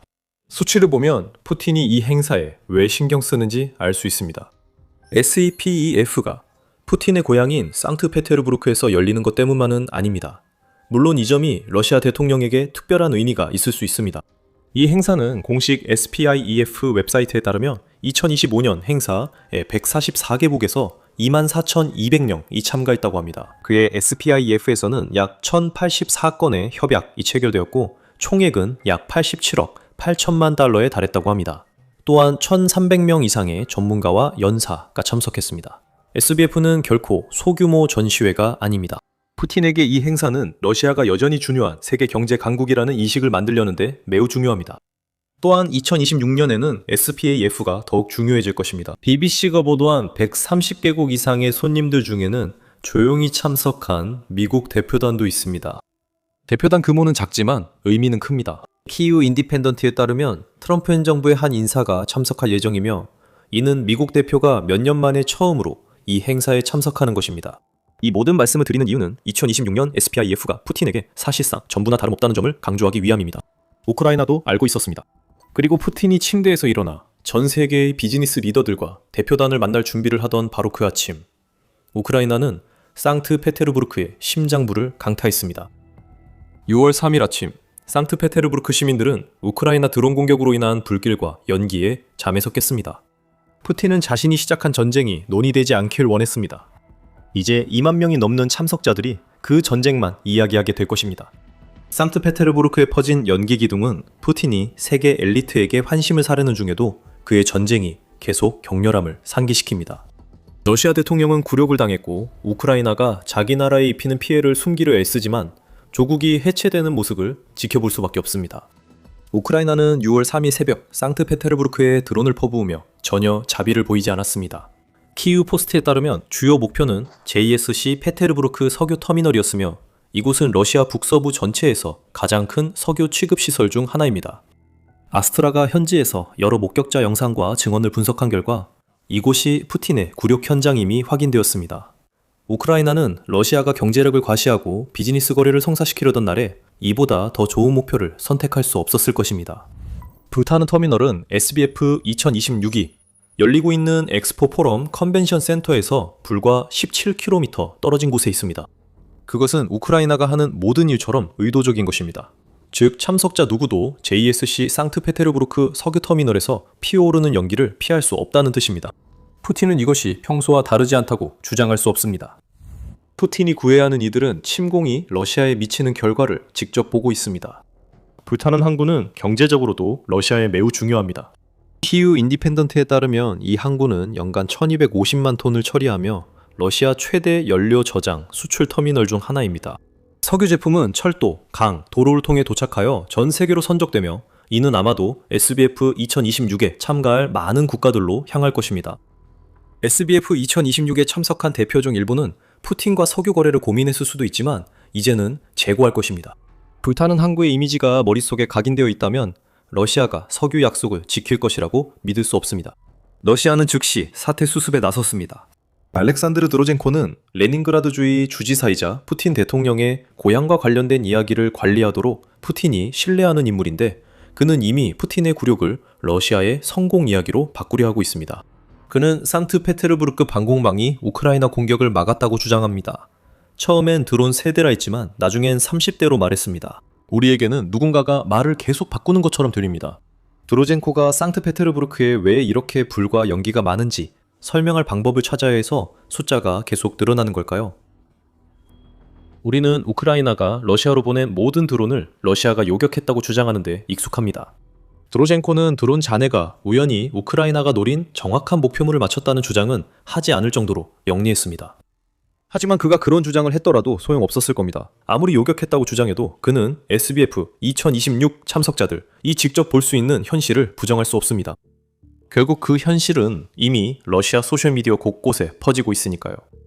우크라이나가 푸틴에게 가한 이번 참사의 멋진 편집 영상이 토론토 TV 텔레그램 채널을 통해 공유됐습니다.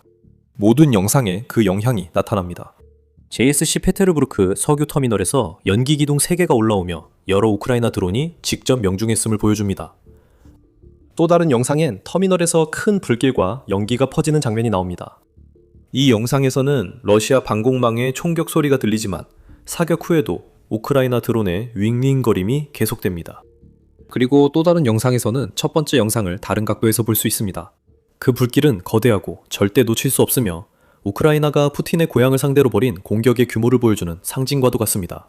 같은 텔레그램 채널에서는 또 다른 흥미로운 정보도 제공합니다. 2월 3일 오전 6시까지 레닌그라드 당국은 50대 드론 공격을 주장했습니다. 러시아에서는 숫자를 제대로 맞추는 사람이 없는 듯합니다. 우크라이나 대통령 볼로디미르 젤렌스키는 이미 망신을 당한 푸틴을 더 몰아붙이는데 주저하지 않았습니다. 러시아 대통령 측근들이 이야기 포장에 힘쓰는 사이 젤렌스키는 텔레그램으로 이번 공격이 우크라이나 소행이며 영상처럼 성공적이었다고 밝혔습니다. SBU, SBS, SSO, GUR 그리고 국경수비대 병사들의 장거리 응징으로 좋은 결과가 있었습니다. 젤렌스키는 오늘 밤 러시아 내 주요 시설이 타격을 받았으며 상트페테르부르크 석유 터미널도 포함된다고 밝혔습니다. 젤렌스키는 우크라이나 국경에서 전쟁을 위해 돌아가는 이 러시아 석유 시설까지는 약 1100km입니다고 밝혔습니다. 푸틴의 상처에 소금 뿌리는 기분 좋은 한마디네요. 1100km 언급은 우크라이나가 상트페테르부르크에서 했던 일만큼 의도적입니다. 이 메시지는 푸틴과 경제회의 참석자들에게 전합니다. 우크라이나 드론이 깊숙이 침투해 강하게 공격할 수 있습니다. 러시아는 어디도 안전하지 않습니다. 푸틴이 수만 명을 환영하려고 선택한 대표 도시도 예외가 아닙니다. 그러나 SBF 2026에서 상황이 매우 잘못됐다는 가장 큰 신호는 맹렬한 화재와 연기뿐 아니라 상트페테르부르크 풀코보 공항의 사태일 것입니다. 러시아는 SBF 2026 참석자 일부를 맞을 예정이던 공항에서 코바 보안 계획이라는 비상 보안 조치를 발동해야 했습니다. 항공편 운항에 차질이 생겨 10편 이상 이 지연 또는 취소됐습니다. 회의를 앞두고 공항에 도착한 사람들은 현장에서 드러난 혼란을 직접 목격했을 것이고 우크라이나가 추가 공격을 이어간다면 자신들이 의도했던 것보다 훨씬 더 오랫동안 상트페테르부르크에 발이 묶일 수 있다는 사실을 알게 될 것입니다. 다시 한번 이것이 바로 메시지입니다. 이것이 러시아가 벌인 전쟁의 현실입니다. 푸틴과 측근들이 만든 연막 뒤에 숨은 진짜 연기입니다. 우크라이나는 SBF 2026 참가자들에게 추가 공격이 더 이어질 수 있고 실제로 이어질 것임을 분명히 알리길 원합니다. 키이우 인디펜던트에 따르면 우크라이나 SBU가 이번 공격 후 성명을 내고 결정적 역할을 했다고 밝혔습니다. 따라서 정유소, 석유 저장소, 그리고 크렘린이 석유 달러를 벌어 침략 자금으로 사용하는 터미널에서의 지속적인 화재가 앞으로도 계속될 것이라고 SBU는 경고를 내리기 전에 밝혔습니다. 러시아가 평화보다 전쟁을 선택하는 시간이 길어질수록 러시아를 지탱하는 시설들이 더 자주 불길에 휩싸이게 될 것입니다. 오늘 JSC 상트페테르부르크 석유 터미널이 불타고 있고 앞으로 더 많은 드론이 그곳을 계속 불타게 할 것입니다. 방금 상트페테르부르크에서 본 일은 푸틴을 굴욕스럽게 만들기 위한 것이었습니다. 그 점은 분명했습니다. 하지만 그것만이 아니었습니다. 우크라이나는 복수를 원해 푸틴의 고향에 불을 질렀습니다. 러시아의 악행에 반드시 대응이 필요했습니다. 이제 2만 명 이상이 그 대응을 보게 될 것입니다. 우크라이나가 왜 복수가 필요했는지 말씀드리기 전 지금 밀리터리 쇼를 시청 중입니다. 아직 구독하지 않으셨다면 지금 구독 버튼을 눌러주세요. 도력적인 측면에서 우크라이나의 6월 3일 공격은 러시아 대통령이 5월에 겪은 여러 창피한 사건 중 가장 최근입니다. 이달은 2026년 도어 승전 기념일 퍼레이드로 시작됐습니다. 드론 공격 위협 속에 열린 이 행사는 러시아의 힘을 과시하려다 우울한 분위기로 바뀌었고 러시아는 평소 하이라이트인 장비들을 전혀 선보이지 못했습니다. 한 달이 지나며 우크라이나의 러시아 석유시설 공격으로 크림반도에 연료 부족이 발생했고 정유소 화재로 주민들은 연료를 제한적으로 받고 있습니다. 2월 3일 전에도 블라디미르 푸틴은 국제 비즈니스 인사들과 친분을 쌓으려 했지만 국민들은 머리 위로 날아드는 드론의 불평에 푸틴이 당당히 고개 들기 어려웠을 것입니다. 그러나 6월 3일의 굴욕은 우크라이나의 첫 번째 목표에 지나지 않았고 두 번째 목표는 복수였습니다. 이유를 알기 위해 러시아가 6월 2일에 한 일을 살펴봐야 합니다. 러시아는 그날 우크라이나 전역에 치명적인 미사일과 드론 합동 공격을 감행하기로 결정했습니다. 알자지라 보도에 따르면 최종적으로 발사된 발사체는 드론 656대와 미사일 73발로 이들은 키이우와 드니프로, 하르키우, 폴타바, 자포리자 등 여러 도시를 동시에 겨냥했습니다. 우크라이나는 맹공을 막기 위해 최선을 다했고 방공망이 드론 602대와 러시아 미사일 40발을 격추하는 등 훌륭히 작동했습니다. 하지만 러시아는 이번 공격으로 더 큰 피해를 노렸습니다. 애틀랜틱 카운슬에 따르면 6월 2일 러시아가 발사한 73발 중 30발 이상 이 탄도미사일로 이는 푸틴의 침공 이후 최대 규모 탄도미사일 공격 중 하나였습니다. 러시아는 피해를 원했고 결국 피해만 얻었습니다. 푸틴은 인프라를 겨냥하라고 명령하지 않았습니다. 그는 우크라이나 민간인들을 노렸습니다. 알자지라는 러시아의 끔찍한 공격으로 최소 22명이 사망하고 수십 명이 부상했다고 보도했습니다. 애틀랜틱 카운슬은 사상자 수가 100명이 넘는다고 밝혔습니다. 또한 6월 2일 러시아의 공격은 우크라이나 민간인 대상 공세가 더 격화됐음을 보여줍니다. 유엔 인권 최고대표 사무소에 따르면 이미 4월 말까지 15,850명이 사망하고 44,809명이 부상당한 것으로 집계됐습니다. SBF처럼 이것도 러시아의 힘과시 방법이었습니다. 우크라이나의 대응으로 망신을 당한 그 포럼이 러시아의 경제력을 과시하는 자리였다면 6월 2일의 공격은 공포를 조성하고 러시아가 우크라이나 도시를 탄도미사일로 타격해 민간인을 죽일 수 있음을 보여주려는 것이었습니다. 하지만 러시아의 많은 일처럼 의도와 현실은 다릅니다. 블라디미르 푸틴은 강해 보이길 원하지만 6월 2일은 그의 절박함만 드러냅니다. 블라디미르 푸틴이 외국 고위 인사들을 상트페테르부르크로 대거 초청하고 있지만 러시아의 지상 침공은 점점 무너지고 있습니다. 우크라이나를 무너뜨릴 것으로 예상됐던 봄과 여름 공세를 시작했음에도 불구하고 2026년 첫 5달 동안 러시아는 전장에서 사실상 아무런 실질적인 진전을 이루지 못했습니다. 그 와중에 블라디미르 푸틴의 꼭두각시들은 한 달에 약 3만 5천 명에 달하는 끔찍한 손실을 감수하고 있습니다. 이러한 계속되는 좌절은 우크라이나에서의 러시아 승리가 불가피하다고 선전하려는 블라디미르 푸틴 정권의 시도를 약화시켰습니다. 러시아 내부 분위기가 점점 악화되며 더 많은 사람들이 침공의 타당성과 푸틴이 우크라이나에서 최대 목표를 달성할 수 있을지 의문을 제기하고 있다고 애틀랜틱 카운슬은 보도했습니다. 6월 2일은 SBF 2026을 앞두고 러시아를 다시 정상에 올려놓고 러시아가 여전히 푸틴이 주장하는 그런 강대국임을 세계에 보여주기 위한 것이었습니다.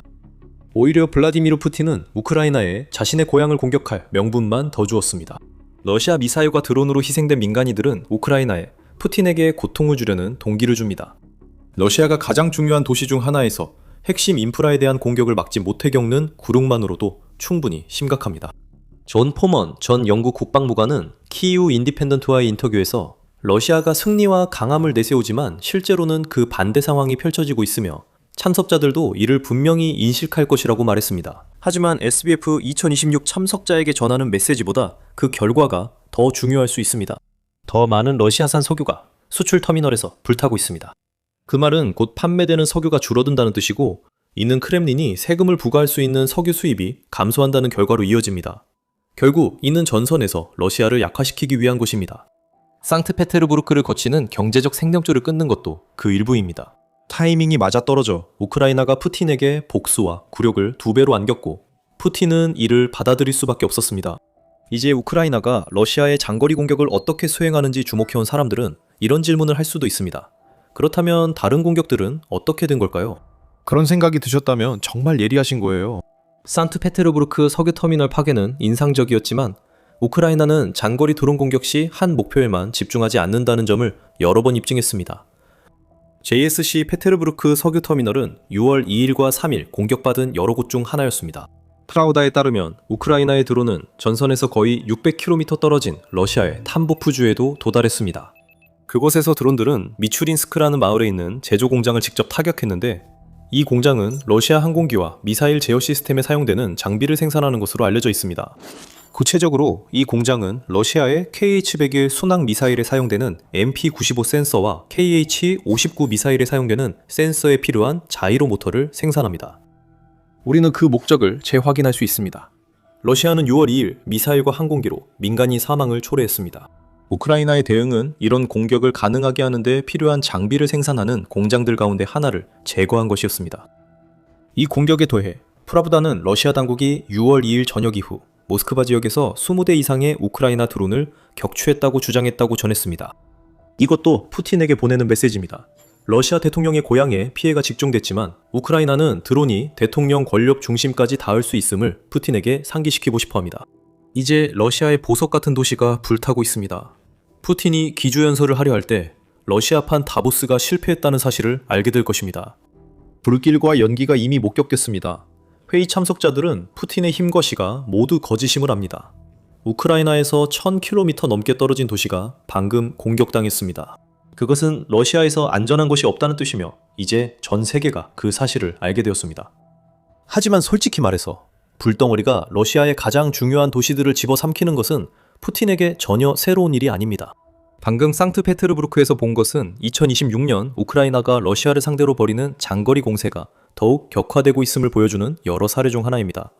몇 주 전에도 우크라이나가 비슷한 일을 했습니다. 키이우에서 24명이 사망한 잔혹한 공격 이후 우크라이나는 모스크바 깊숙한 곳을 타격했습니다. 기네스북은 새로운 책을 만들어야 할 것 같습니다. 우크라이나가 불가능해 보였던 일을 계속 해내고 러시아가 무너지는 가운데 기록을 깨고 있기 때문입니다. 푸틴이 상상도 못할 속도로 차량들이 파괴되고 있습니다. 우크라이나의 기록적 공격으로 러시아 곳곳 정유소가 불타고 있습니다. 기록은 그대로 남아있고 우크라이나가 강해지며 다시 깨질 준비가 되어 있습니다. 러시아는 이를 싫어하지만 할 수 있는 게 없습니다. 우리는 물류 기록부터 시작합니다. 이것은 푸틴의 봄, 여름 공세 계획에 큰 영향을 줄 기록이기 때문입니다. 5월 31일 보도에서 유로마이단 프레스는 우크라이나가 러시아 차량 파괴수에서 역대 1일 최고 기록을 세웠다고 전했습니다. 그 기록은 5월 29일에 세워졌으며 러시아 차량 483대가 파괴되었습니다. 우크라이나 총참모부는 페이스북 게시글을 통해 자세한 내용을 전했으며 이 차량들은 주로 전선 후방에서 러시아의 물류 작전을 지원하는 자동차, 트럭, 연료 운반차라고 밝혔습니다. 그리고 이 큰 타격에 모욕을 더하듯 우크라이나는 러시아 전차 2대와 장갑 전투 차량 7대도 격파했습니다.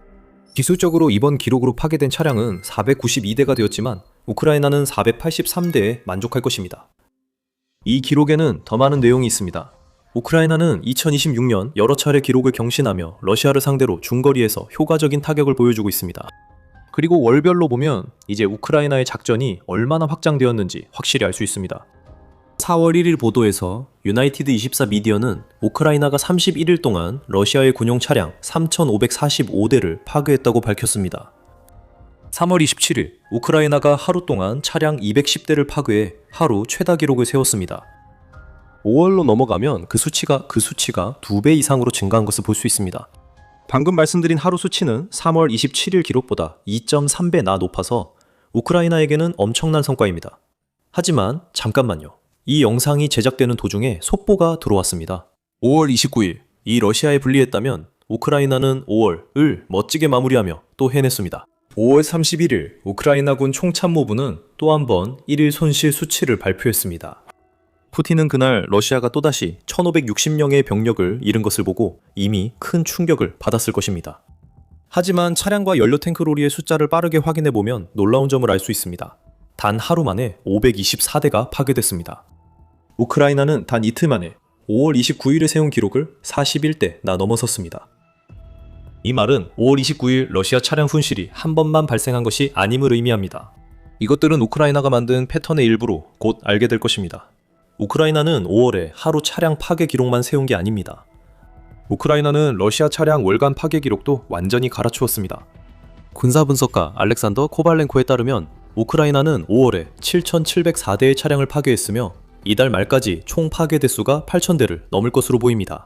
7,704대가 최종 수치라고 가정하더라도 이는 3월에 비해 2.17배나 높은 수치입니다. 그리고 이 수치는 푸틴이 2022년 2월 침공을 시작한 이후 기록된 러시아의 누적 차량 손실 10만 713대에 크게 기여하고 있습니다. 이것은 우사인 볼트도 자랑스러워할 만큼 엄청난 가속입니다. 우크라이나가 3월 이후 차량 파괴 기록을 세워 드론 조종사들이 러시아 차량을 전선 인근 후방에서 표적으로 삼도록 장려하는 캠페인이 있는 듯 보입니다. 이는 저희의 일부러 비꼰 표현입니다. 실제로 그런 캠페인이 존재하며 이름도 있습니다. 바로 물류 봉쇄 프로그램입니다. 5월 27일 우크라이나 국방장관 미하일로 페도로프가 물류 봉쇄 프로그램이 공식적으로 시작되었다고 발표했습니다. 이 세부 내용이 우크라이나가 러시아 차량 파괴 기록을 경신하는 이유를 설명합니다.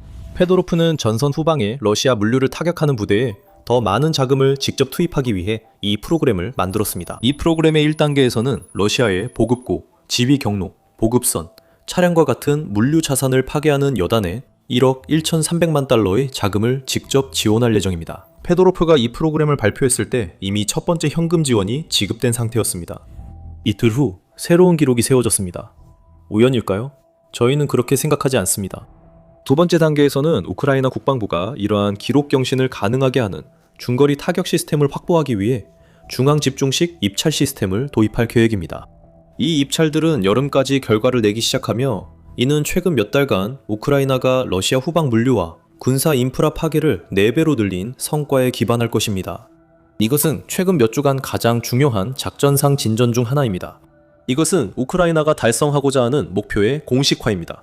대규모 공격, 더 큰 야망, 푸틴이 결코 상상하지 못했던 수준으로 러시아의 물류를 완전히 파괴하는 것입니다.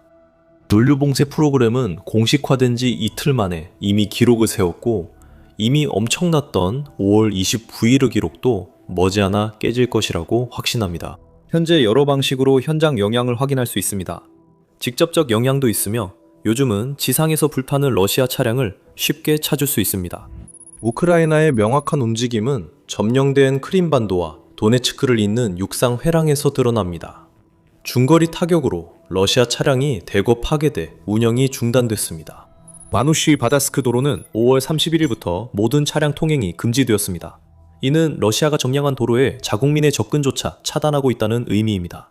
우회 차량들은 해안 대체도로로 이동했고 이곳은 곧 교통체증이 심해졌습니다. 포브스에 따르면 우크라이나는 남부 점령지 전역에서 공격을 강화하고 있으며 특히 크림반도와 도네츠크를 연결하는 육상 회랑에 대해 125회 이상의 공격을 가한 것이 주목할 만합니다. 이것이 또 다른 기록이라는 공식 확인은 없지만 지금까지 봐왔던 것과 비교했을 때 이번 공격의 규모만 봐도 기록의 가능성이 높다는 것을 알 수 있습니다. 우크라이나가 유로마이단 프레스가 불꽃 쇼라 부른 이번 작전을 최근 폐쇄된 이 고속도로에서 성공시킨 것은 우연이 아닙니다. 며칠 전 유조차와 트럭, 트레일러가 파괴됐습니다. 부덴스크, 잔코이, 멜리토폴 사이의 도로 구간들도 공격 대상이 되었습니다. 이것들은 단지 몇 가지 예시일 뿐입니다. 이 한 달간 우크라이나의 모든 공격을 다 나열하려면 하루 종일 걸릴 것입니다. 하지만 러시아 차량들이 불타고 후방 보급이 무너지는 가운데 실제로 푸틴에게 진짜 문제를 만드는 것은 전선에서 발생하는 문제들입니다. 무너진 보급 체계는 병사들에게 문제를 일으킵니다. 실제로 여러 가지 문제가 발생하는데 그중 첫 번째는 러시아가 병력을 전선으로 보내려는 시도를 방해한다는 점입니다.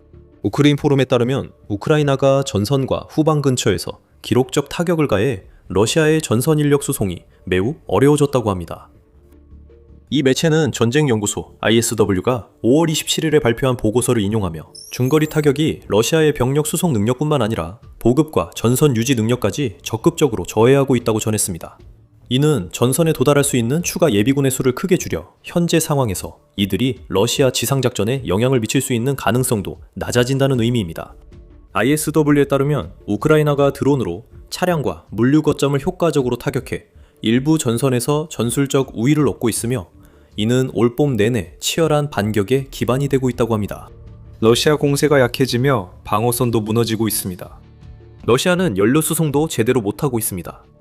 우크라이나가 크림반도와 도네츠크 연결 육로에서 유조차를 파괴했다고도 언급했죠. 그건 결코 무작위로 선택된 목표가 아닙니다. 5월 22일 모스크바 타임즈는 우크라이나의 물류 자산에 대한 1년의 공격 이후 크림반도를 점령한 크렘린 지원 당국이 세바스토폴 항구 도시에서 휘발유를 배급할 수밖에 없었다고 보도했습니다. 이 새로운 제한 조치에 따라 시민들은 차량이나 용기당 20리터, 즉 약 5.2갤런의 휘발유만 구매할 수 있습니다. 이 조치는 러시아 정유소의 최근 석유 정제량이 하루 469만 배럴로 떨어진 가운데 나온 것으로 이는 2009년 이후 최저치라는 또 다른 기록입니다. 우크라이나가 이 상황에 어느 정도 영향을 미쳤을 수도 있습니다. 계속 시청해주시면 우크라이나가 또 다른 기록을 세우면서 크림반도의 심각한 휘발유 문제에 어떻게 기여하고 있는지 설명해드리겠습니다. 여기서 우리가 보고 있는 것은 우크라이나가 러시아 후방까지 영향력을 확장하고 있다는 점입니다. 이 모든 것이 러시아의 병력 수송 능력과 크림반도와 같은 지역의 민간인들에게 연료를 공급하는 데 영향을 미치고 있지만 푸틴에게 진짜 문제는 전선에 있습니다. 러시아 군인들이 기록적으로 많이 사망하고 있으며 이는 주로 우크라이나의 러시아 군수 지원망 공격 때문입니다. 우리는 이미 2026년 우크라이나가 월별 러시아군 사상자 기록을 경신한 일에 대해 이야기했습니다. 3월과 4월에 러시아는 각각 3만 5천 명 넘는 병력을 잃었습니다. 이 영상을 제작할 당시 5월의 수치는 아직 나오지 않았지만 지난 2달보다 더 많을 가능성이 높습니다. 또다시 기록 경신이 될 것이며 전혀 놀랍지 않습니다. 5월 29일 알자지라의 보도에 따르면 러시아의 부진한 성과와 우크라이나의 치명적인 전략이 결합되어 우크라이나에서 러시아가 점령하는 1제곱킬로미터마다 러시아의 손실이 3배로 늘어났다고 밝혔습니다. 2025년에는 제곱킬로미터당 67명에 달했습니다. 현재 러시아가 우크라이나에서 점령한 1제곱킬로미터마다 러시아군 179명이 사망하거나 부상합니다. 기록이 피로써 깨지고 있습니다. 또 다른 이유도 있습니다. 앞서 세바스토폴의 휘발유 문제로 언급했죠?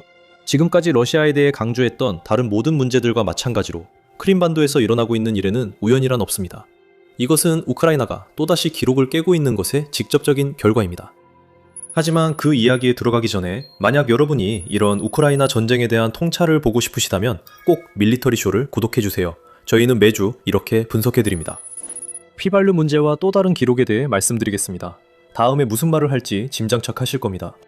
5월 우크라이나는 러시아 정유 에너지 시설을 역대 가장 많이 타격해 푸틴의 연료 문제를 심각하게 만들고 있습니다. 자세한 내용은 우크라이나 무인체계군의 악명 높은 지휘관인 로버트 브로브디가 전했습니다. 그는 텔레그램을 통해 5월에 우크라이나가 석유 공격으로 달성한 성과를 발표했습니다. 브로브디는 연극적으로 5월 자유를 사랑하는 우크라이나의 새가 점령자의 정유 산업에 18세 이상 등급의 불길한 경고를 내렸다고 밝혔습니다. 여기서 번역하자면 우크라이나는 5월에 러시아의 정유소와 에너지 가공 공장 최소 18곳을 타격했으며 그중 여러 시설은 우크라이나에 날아다니는 제지를 여러 차례 받았습니다. 브로그디는 목록도 제공합니다. 모스크바, 사라토프, 투합세 5.0 볼고그라드, 야로슬라블, 노보로시스크, 그로조바야, 시즈란, 코스토보, 랴잔, 타만, 팜, 키비시, 사마라, 야로슬라블, LVDS, 프리모르스크, 타간노그, 아스트라한, 오렌부르크, 가스 가공 공장들이라고 브로브디는 말합니다. 우리는 그 목록에서 19개를 셉니다. 그리고 투합세 공격을 각각 따로 센다면 23개라고도 할 수 있습니다. 이 공격들은 드론이 건물 지붕을 때린 것 이상이었습니다. 이 공격들은 매우 효과적이고 파괴적이었습니다. 브로드스키는 목록에 있는 절반 넘는 시설이 5월 중에 운영을 중단했다고 말합니다. 이것은 우크라이나가 단순히 에너지 시설만을 공격하는 것이 아니라 그 시설들 중에서도 반드시 수리해야 하는 핵심 부위를 타격하고 있다는 것을 보여줍니다. 러시아가 판매하거나 전선에 보낼 수 있는 정제 석유 제품을 더 많이 생산하는 중요한 작업에 다시 착수하기 전에 말이죠. 브로드스키는 다시 한번 극적인 발언을 합니다. 그는 황금 기름 영양을 찌르는 것이 이 디스코의 주된 목표입니다. 검은 슬러리 한 배럴마다 샤이드, 칼리버, 이스칸데르로 변해 날아가니까요. 라고 말합니다. 5월은 오랫동안 이어진 러시아 에너지 겨냥 공세를 기록적인 절정으로 끌어올렸습니다. 5월 22일 보도에서 키우 인디펜던트는 우크라이나가 그 시점까지 러시아 정유 시설을 158번 타격했다고 전했습니다.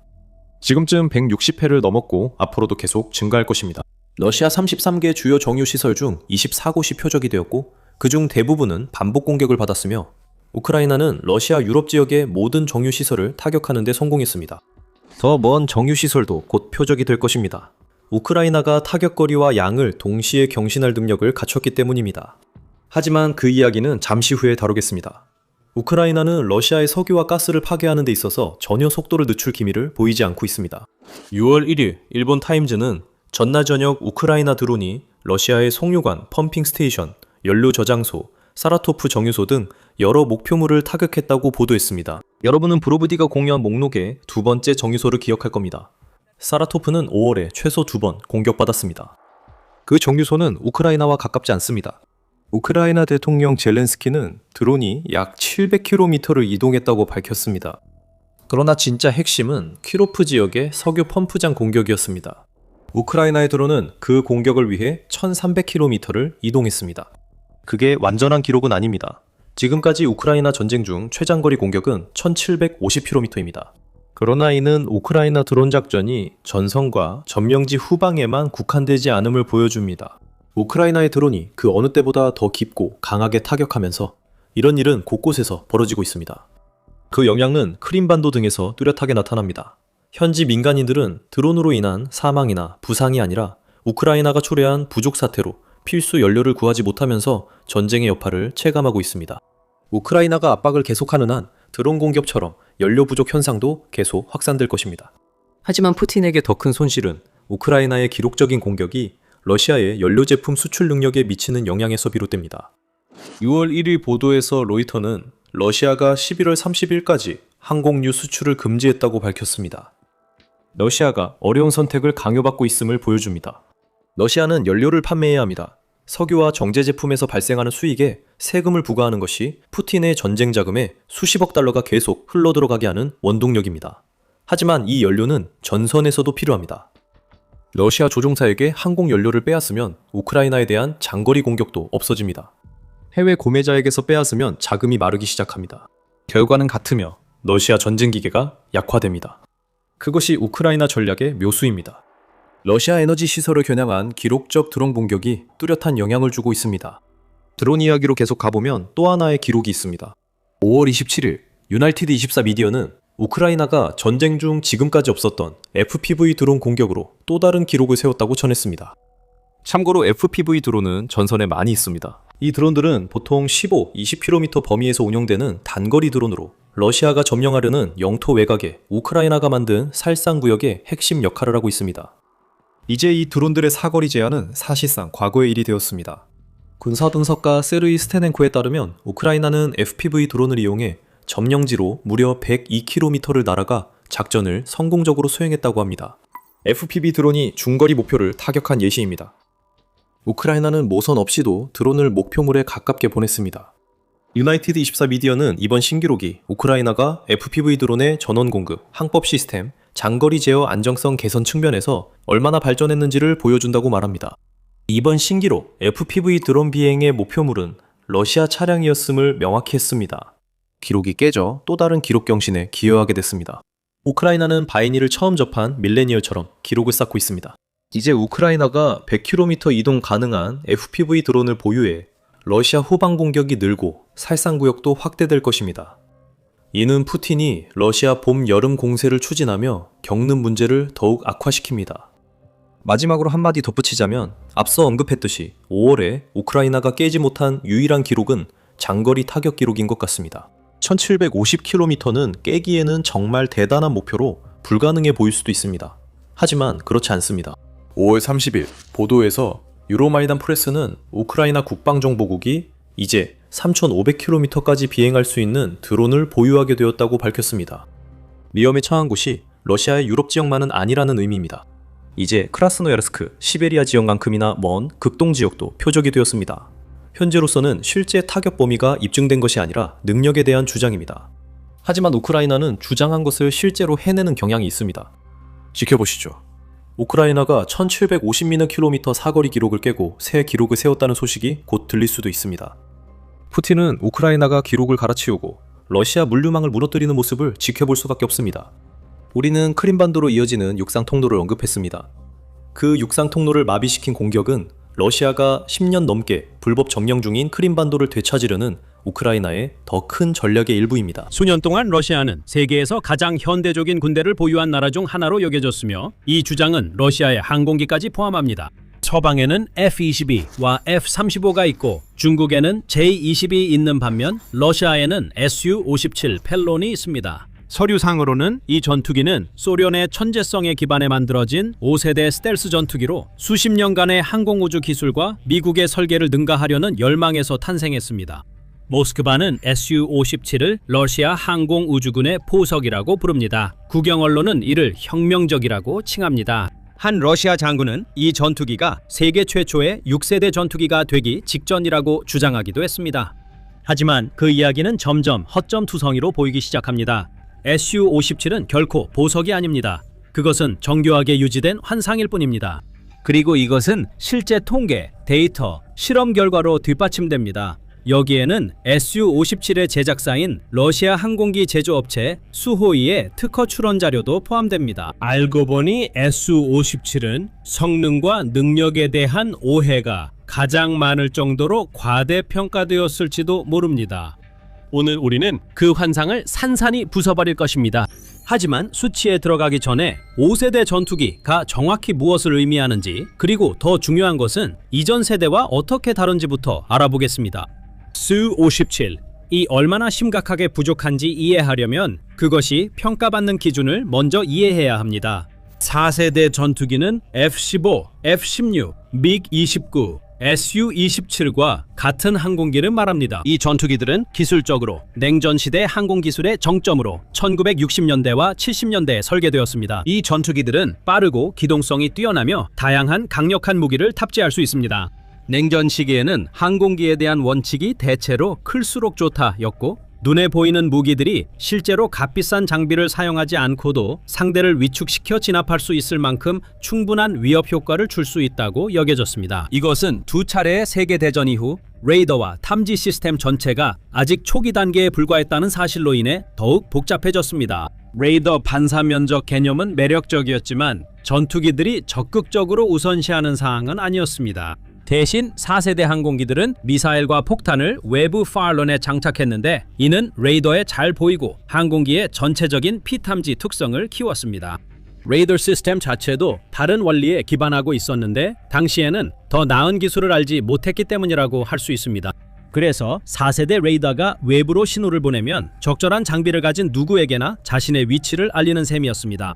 그리고 이런 항공기들은 더 나은 항공 전자 장비나 완전히 디지털화된 시스템, 최신 레이더로 업그레이드할 수는 있지만 스텔스가 처음부터 기체 설계에 반영된 것이 아니기 때문에 근본적으로 스텔스 중심으로 재설계할 수는 없습니다. 그게 바로 4세대 항공기의 한계입니다.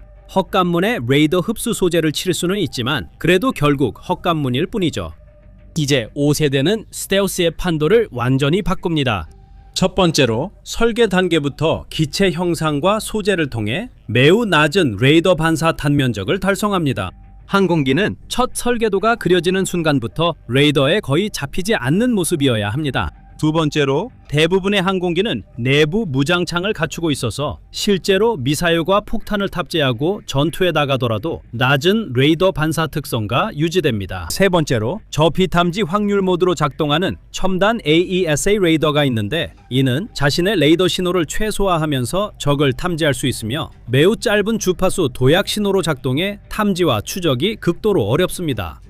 네 번째이자 아마도 가장 중요한 것은 센서 융합이라고 불리는 원칙인데, 이는 기내외 여러 센서에서 데이터를 수집하는 능력을 말합니다. 그리고 조종사에게 6개가 넘는 개별 디스플레이의 정보를 머릿속에서 따로따로 해석하게 하는 대신 전장을 하나로 통합되고 일관된 그림으로 보여줍니다. 마지막으로 5세대 항공기는 단독으로 작동하도록 설계되지 않았습니다. 이들의 네트워크 중심 통합 능력 덕분에 서로 표적 정보를 공유하고 다른 플랫폼으로부터 업데이트를 받으며 함대 내 다른 항공기의 통신 및 지휘 노드로서 작동할 수 있습니다. 이 5가지 핵심 요소, 즉 기동성, 속도, 상황인식, 첨단 스텔스, 그리고 연결성은 5세대 항공기가 도입될 때 얼마나 큰 충격을 주었는지를 간결하게 설명해 줍니다. 그리고 대부분의 경우 F-22와 F-35는 이 모든 핵심 요소를 지원하도록 설계되었습니다. 하지만 러시아의 수호이 57은 5세대 전투기라고 불릴 만한 대부분의 요건을 실제로 충족하지 못하며 하물며 그 이상이라고 보기는 더 어렵습니다. 그것을 증명하기 위해 현대 전투기와 다목적 전투기의 가장 중요한 특징이라고 할 수 있는 스텔스부터 시작해 봅시다. 바로 이 부분에서 수호이 57을 둘러싼 이야기가 무너지기 시작합니다. 우리는 서방 정보기관의 추정이나 나토의 평가에 의존할 필요가 없습니다. 수호이의 자체 발언을 사용할 수 있습니다. 수호이 설계국이 직접 제출한 특허 서류에 따르면 수호이 57의 전면 레이더 반사 면적은 0.1에서 1제곱미터 사이로 설명되어 있습니다. 에비에이션 깃 클럽은 이 수치의 실제 의미를 정확히 지적했습니다. 일부 항공 전문가들은 이 레이더 반사 면적 범위가 클린 구성의 FA-18 슈퍼 호넷이나 토마호크 순항 미사일과 비슷하다고 주장합니다. 이들 플랫폼 중 어느 것도 스텔스 항공기로 홍보된 적이 없습니다. 보잉은 슈퍼 호넷을 5세대 스텔스 전투기라고 부른 적이 없습니다. 그런데도 러시아의 최고 걸작이 주장하는 레이더 반사 특성가 바로 그것입니다. 이제 그것을 F-35와 비교해보세요. F-35 라이트닝 II는 전면 레이더 반사 면적이 약 0.001에서 0.005 제곱미터로 대략 골프공 크기입니다. 수호이 57의 특허에 따르면 레이더 반사 면적이 F-35보다 최대 1000배 크다고 합니다. 이 차이의 규모를 잠시 곱씹어 보세요. 실전 교전에서 F-35의 레이더는 Su-57이 F-35를 탐지할 수 있는 거리보다 6배에서 10배 더 먼 거리에서 Su-57을 탐지할 수 있습니다. 그리고 공중전에서는 적을 먼저 발견하는 쪽이 전투를 주도합니다. F-35와 비교하면 Su-57은 전투가 시작된 것조차 모른 채 거의 눈을 감고 싸움에 뛰어드는 것과 다름없습니다. 그리고 훈련 결과도 이를 뒷받침합니다. 미국 공군은 가장 정교하게 시뮬레이션된 적과 맞서 싸우는 최고의 전투 훈련인 레드 플래그 17 훈련을 실시했습니다.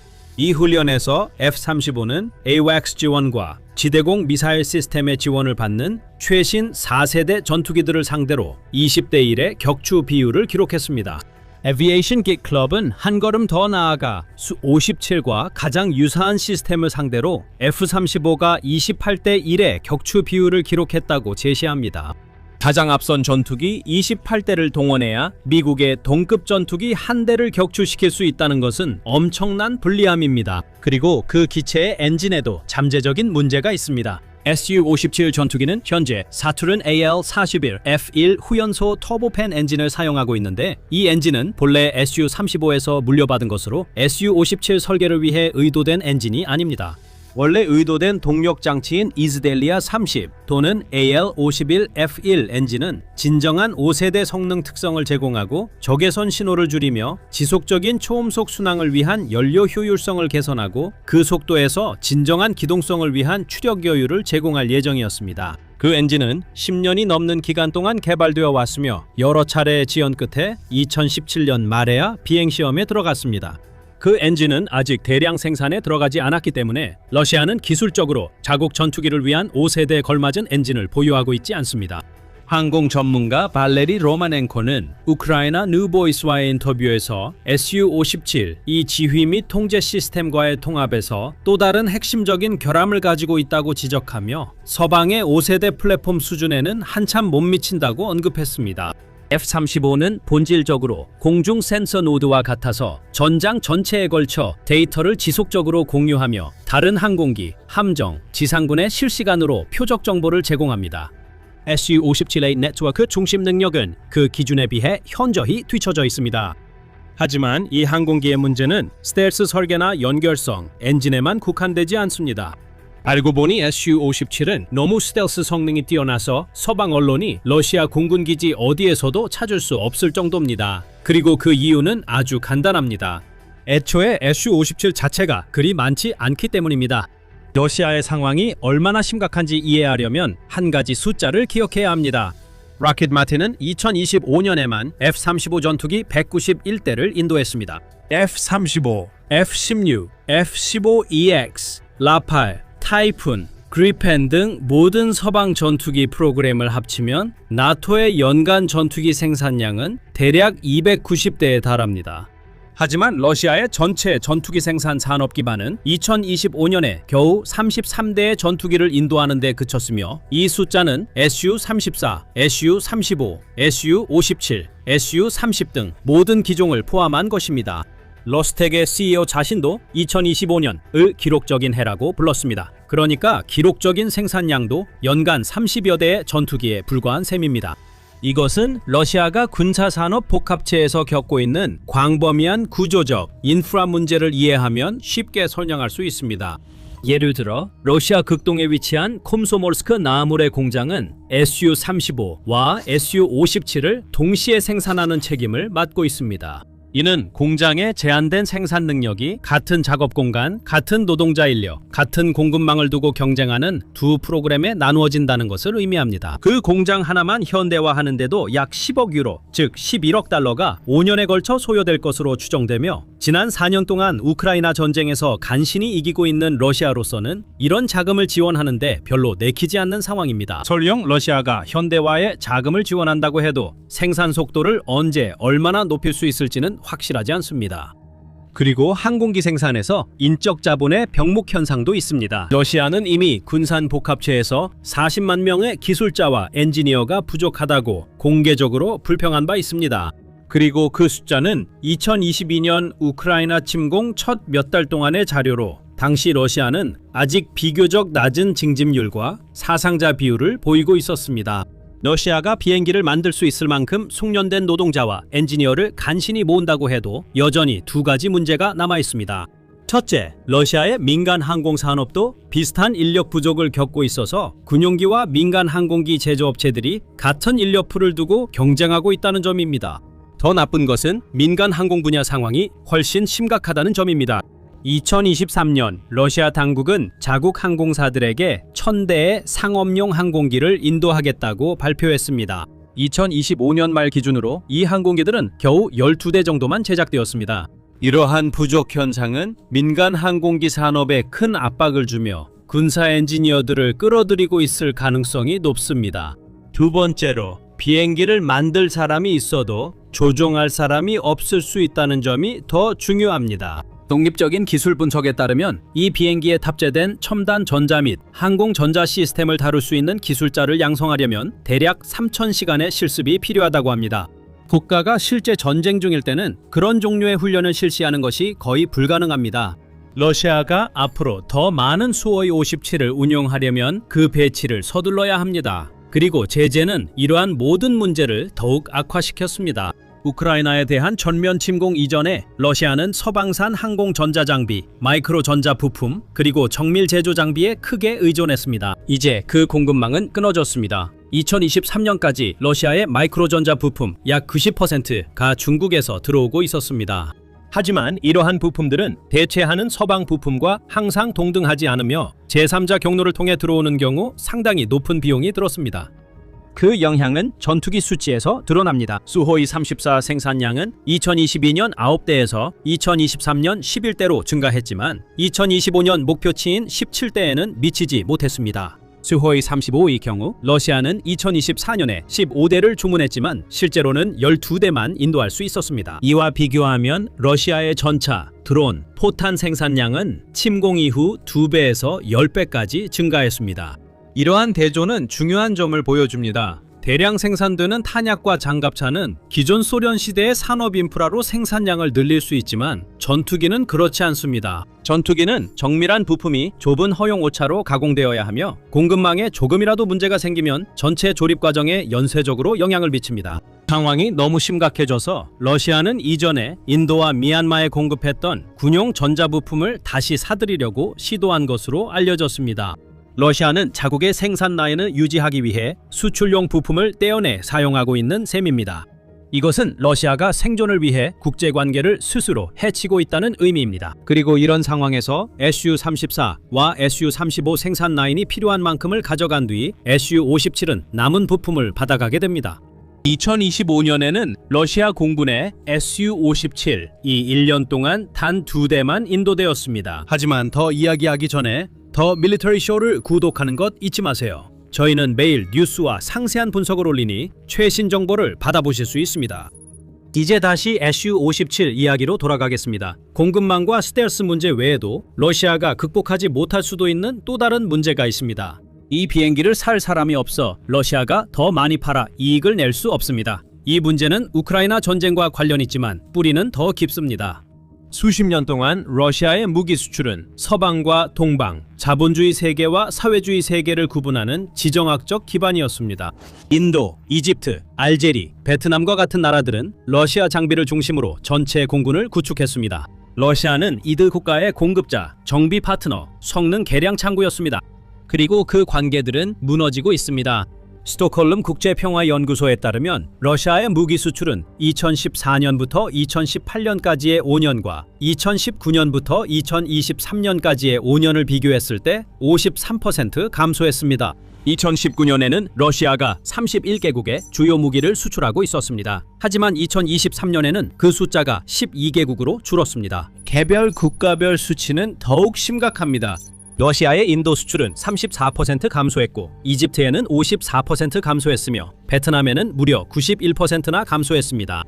이 숫자들은 서방 제재 압력만이 아니라 잠재 고객들이 러시아가 자신들이 시작한 전쟁에서 거의 진전을 못 내고 있음을 보고 있다는 뜻입니다. 그리고 대부분의 수출용 무기가 자국용보다 상대적으로 성능이 떨어지기 때문에 같은 장비 혹은 대부분의 경우 더 나쁜 장비를 사는 것에 주저하고 있습니다. 군사 기밀을 유지하기 위해서일까요? 하지만 지금 러시아의 문제는 두 거대 플레이어입니다. 인도와 중국은 2020년부터 2024년까지 러시아 무기 수출의 55%를 차지했습니다. 하지만 이제 두 나라 모두 다른 곳을 찾고 있습니다. 인도는 조달을 취소하고 지부를 지연시키고 있으며 기존 러시아산 항공기를 러시아에 참여 없이 적극적으로 업그레이드할 계획을 세우고 있습니다. 이는 사실상 모스크바를 유지보수와 업그레이드 수익원에서 완전히 배제하는 것입니다.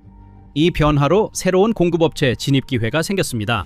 중국은 러시아가 남긴 공백을 메우기 위해 나섰으며 더 저렴한 플랫폼과 최소한의 정치적 조건 그리고 매력적인 무역 패키지를 제공하고 있습니다. 베이징은 러시아가 포기하고 있는 시장을 적극적으로 채우고 있습니다. 파키스탄과 공동 개발한 JF-17 썬더는 개발도상국 전역에서 구매자를 찾고 있습니다. J-10C는 이전에는 러시아산을 선택했을 나라들로부터 진지한 관심을 받고 있습니다. 그리고 이러한 흐름은 우크라이나 전쟁 자체에 의해 더욱 강화되고 있습니다. 러시아 공군력의 한계가 전 세계 모든 나라에 실시간으로 알려지고 있기 때문입니다. 과거에는 실질적인 대안이 없어서 러시아의 납품 지연과 성능 부족을 감수하던 나라들이 이제는 대안이 있다는 사실을 알게 되었고 중국은 그 사실을 확실히 알리려 하고 있습니다. 이런 상황에서 Su-57 수출 프로그램은 시작도 하기 전에 사실상 끝나버렸습니다. 알제리는 14대를 주문했지만 2대만 받았습니다.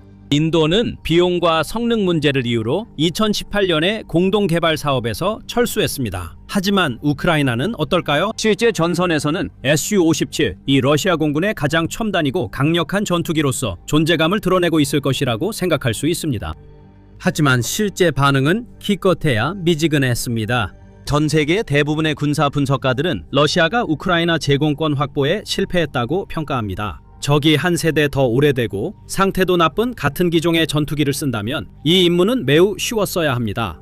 우크라이나는 1999년에 에너지 부채를 갚기 위해 일부 항공기를 러시아에 다시 팔기도 했습니다. 아니요, Su-57은 분쟁 중인 영공에서 의미 있는 작전에는 눈에 띄게 등장하지 않았습니다. 전직 EA-18 그라울러 조종사 애덤 드뮤드, 이스라엘의 이란 방공망 공격을 언급했습니다. 이 공격들은 F-35I 전투기에 의해 며칠에 걸쳐 수행되었으며 이스라엘 항공기는 거의 손상 없이 귀환했습니다. 이 공격들은 진정한 스텔스 공군력의 모습을 보여주는 본보기가 되었습니다. 그에 따르면 나토도 러시아 방공망을 상대로 같은 임무를 수행할 수 있으며 이후 비행도 큰 저항 없이 진행될 수 있다고 합니다. 하지만 러시아는 우크라이나에서 그렇게 할 수 없습니다. 우크라이나는 나토 예산과 대공 능력의 일부만을 가진 나라입니다. 그리고 러시아의 소위 5세대 주력 전투기는 전선 상공에서 제공권을 다투기보다는 전쟁 내내 러시아 영공 깊숙한 곳에서 순항 미사일과 무유도 활공폭탄을 발사하는 데 대부분의 시간을 보냈습니다. 모스크바는 이런 상황에서도 선전을 계속하고 있습니다. UAC, 러시아 국영 항공기 제작사와 타스 통신은 업그레이드된 Su-57, 이 세계 최초로 실전 배치되는 6세대 전투기가 될 수 있다고 보도했습니다. 빅토르 본다레프 전 러시아 항공우주군 사령관이자 현재 연방평의회 국방안보위원회 위원장은 공식적으로 입장을 밝혔습니다. 그는 이 전투기가 스텔스 특성 면에서 최고이며 현대 항공과학에서 가능한 모든 최고의 기술이 집약되어 있다고 평가했습니다. 이 사람은 제조사 특허에서 순항 미사일 수준의 레이더 반사 면적을 가진 항공기를 이렇게 묘사합니다. 이것만 봐도 러시아의 선전이 얼마나 깊숙이 퍼져 있는지 알 수 있습니다. 본질적으로 4세대 전투기를 미대형 6세대 전투기로 재포장하려는 시도인데 미국조차 아직 실제로 만들지 못한 것입니다. 그러니까 수호이 57 펠로는 결코 핵심 자산이 아닙니다. 이것은 냉전 시대에 구축된 군산 복합체가 21세기 서방 항공우주공학과 경쟁하려고 할 때 어떤 일이 벌어지는지를 보여주는 상징입니다. 동시에 제재의 충격과 고갈된 생산 능력, 그리고 대체할 수 없는 자원을 소모하는 소모전까지 겪고 있는 상황입니다. 러시아는 수년간 생산했음에도 불구하고 운용 중인 Su-57 전투기가 35대도 되지 않습니다. 유일한 수출 고객도 몇 년 동안 겨우 2대만 받았습니다. 엔진 개발은 10년이나 지연되고 있습니다. 스텔스 성능 역시 경쟁 대상으로 삼았던 항공기보다 1000배나 떨어진다는 것이 입증되었습니다. 예전 구매 후보국들은 등을 돌리고 중국은 이미 이들을 끌어들이고 있습니다. 하지만 Su-57은 러시아 공군 붕괴의 시작에 불과합니다. 더 자세히 알아보고 싶다면 이 영상을 확인해 보시고 글로벌 전쟁과 지정학에 관한 다양한 소식을 매일 받아보고 싶으시다면 The Military Show를 구독해 주세요.